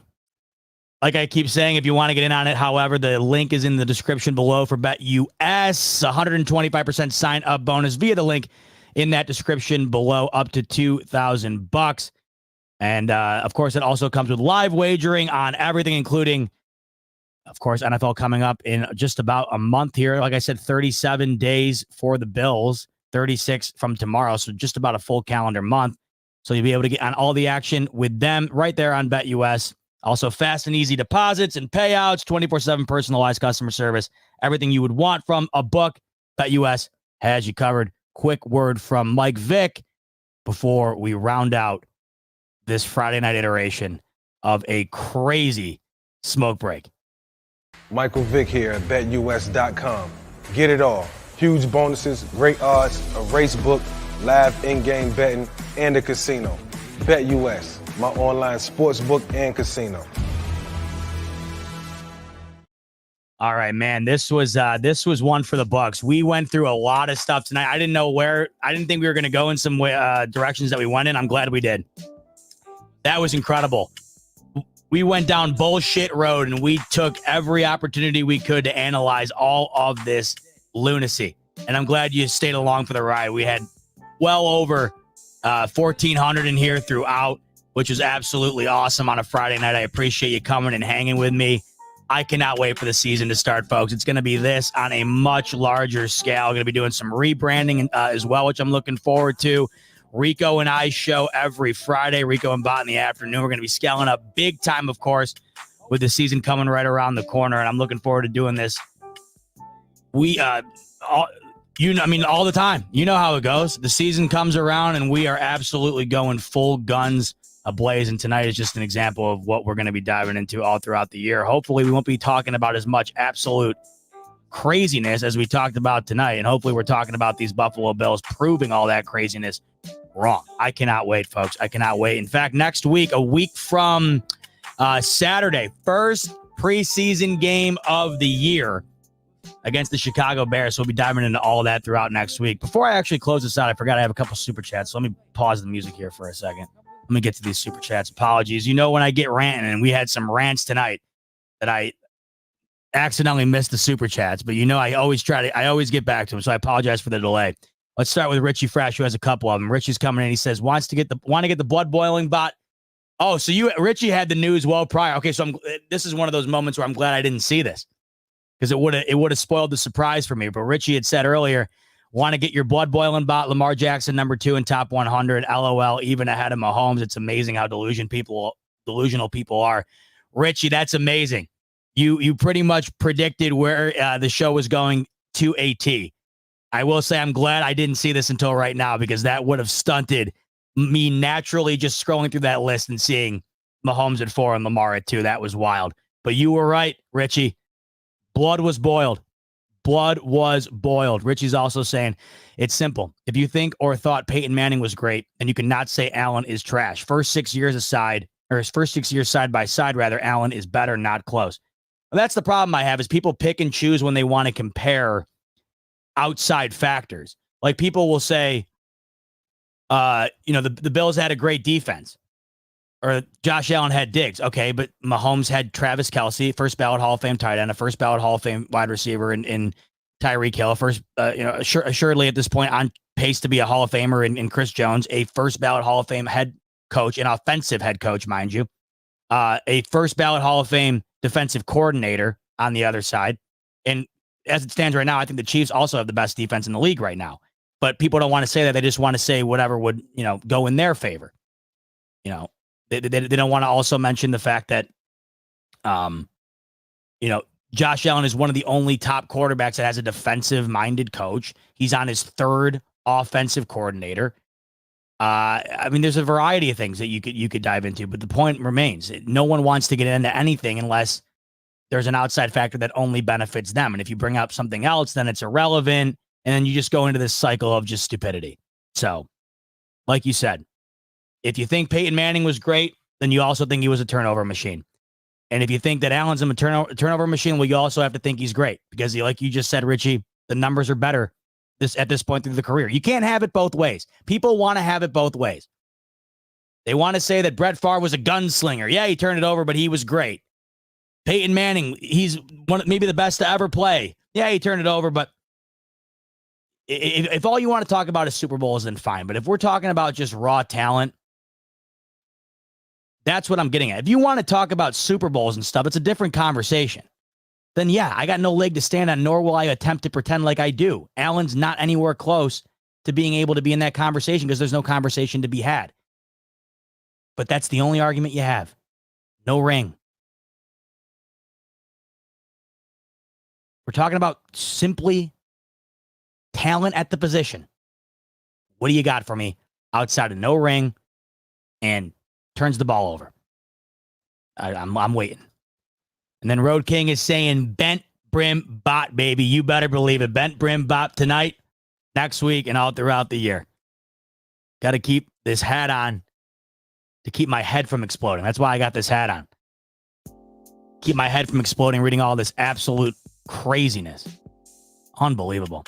All right, folks, as I was mentioning just a second ago, appreciate the hell out of you tuning in tonight on your Friday night. August is officially here. Training camp, 2 weeks in. Scrimmage done tonight. First preseason game next week. And we're about 36 days away from kickoff in the regular season. We here at the Buffalo Fanatics, Rico and I, Pierre, for the games coming up. We cannot wait to spend this year with you.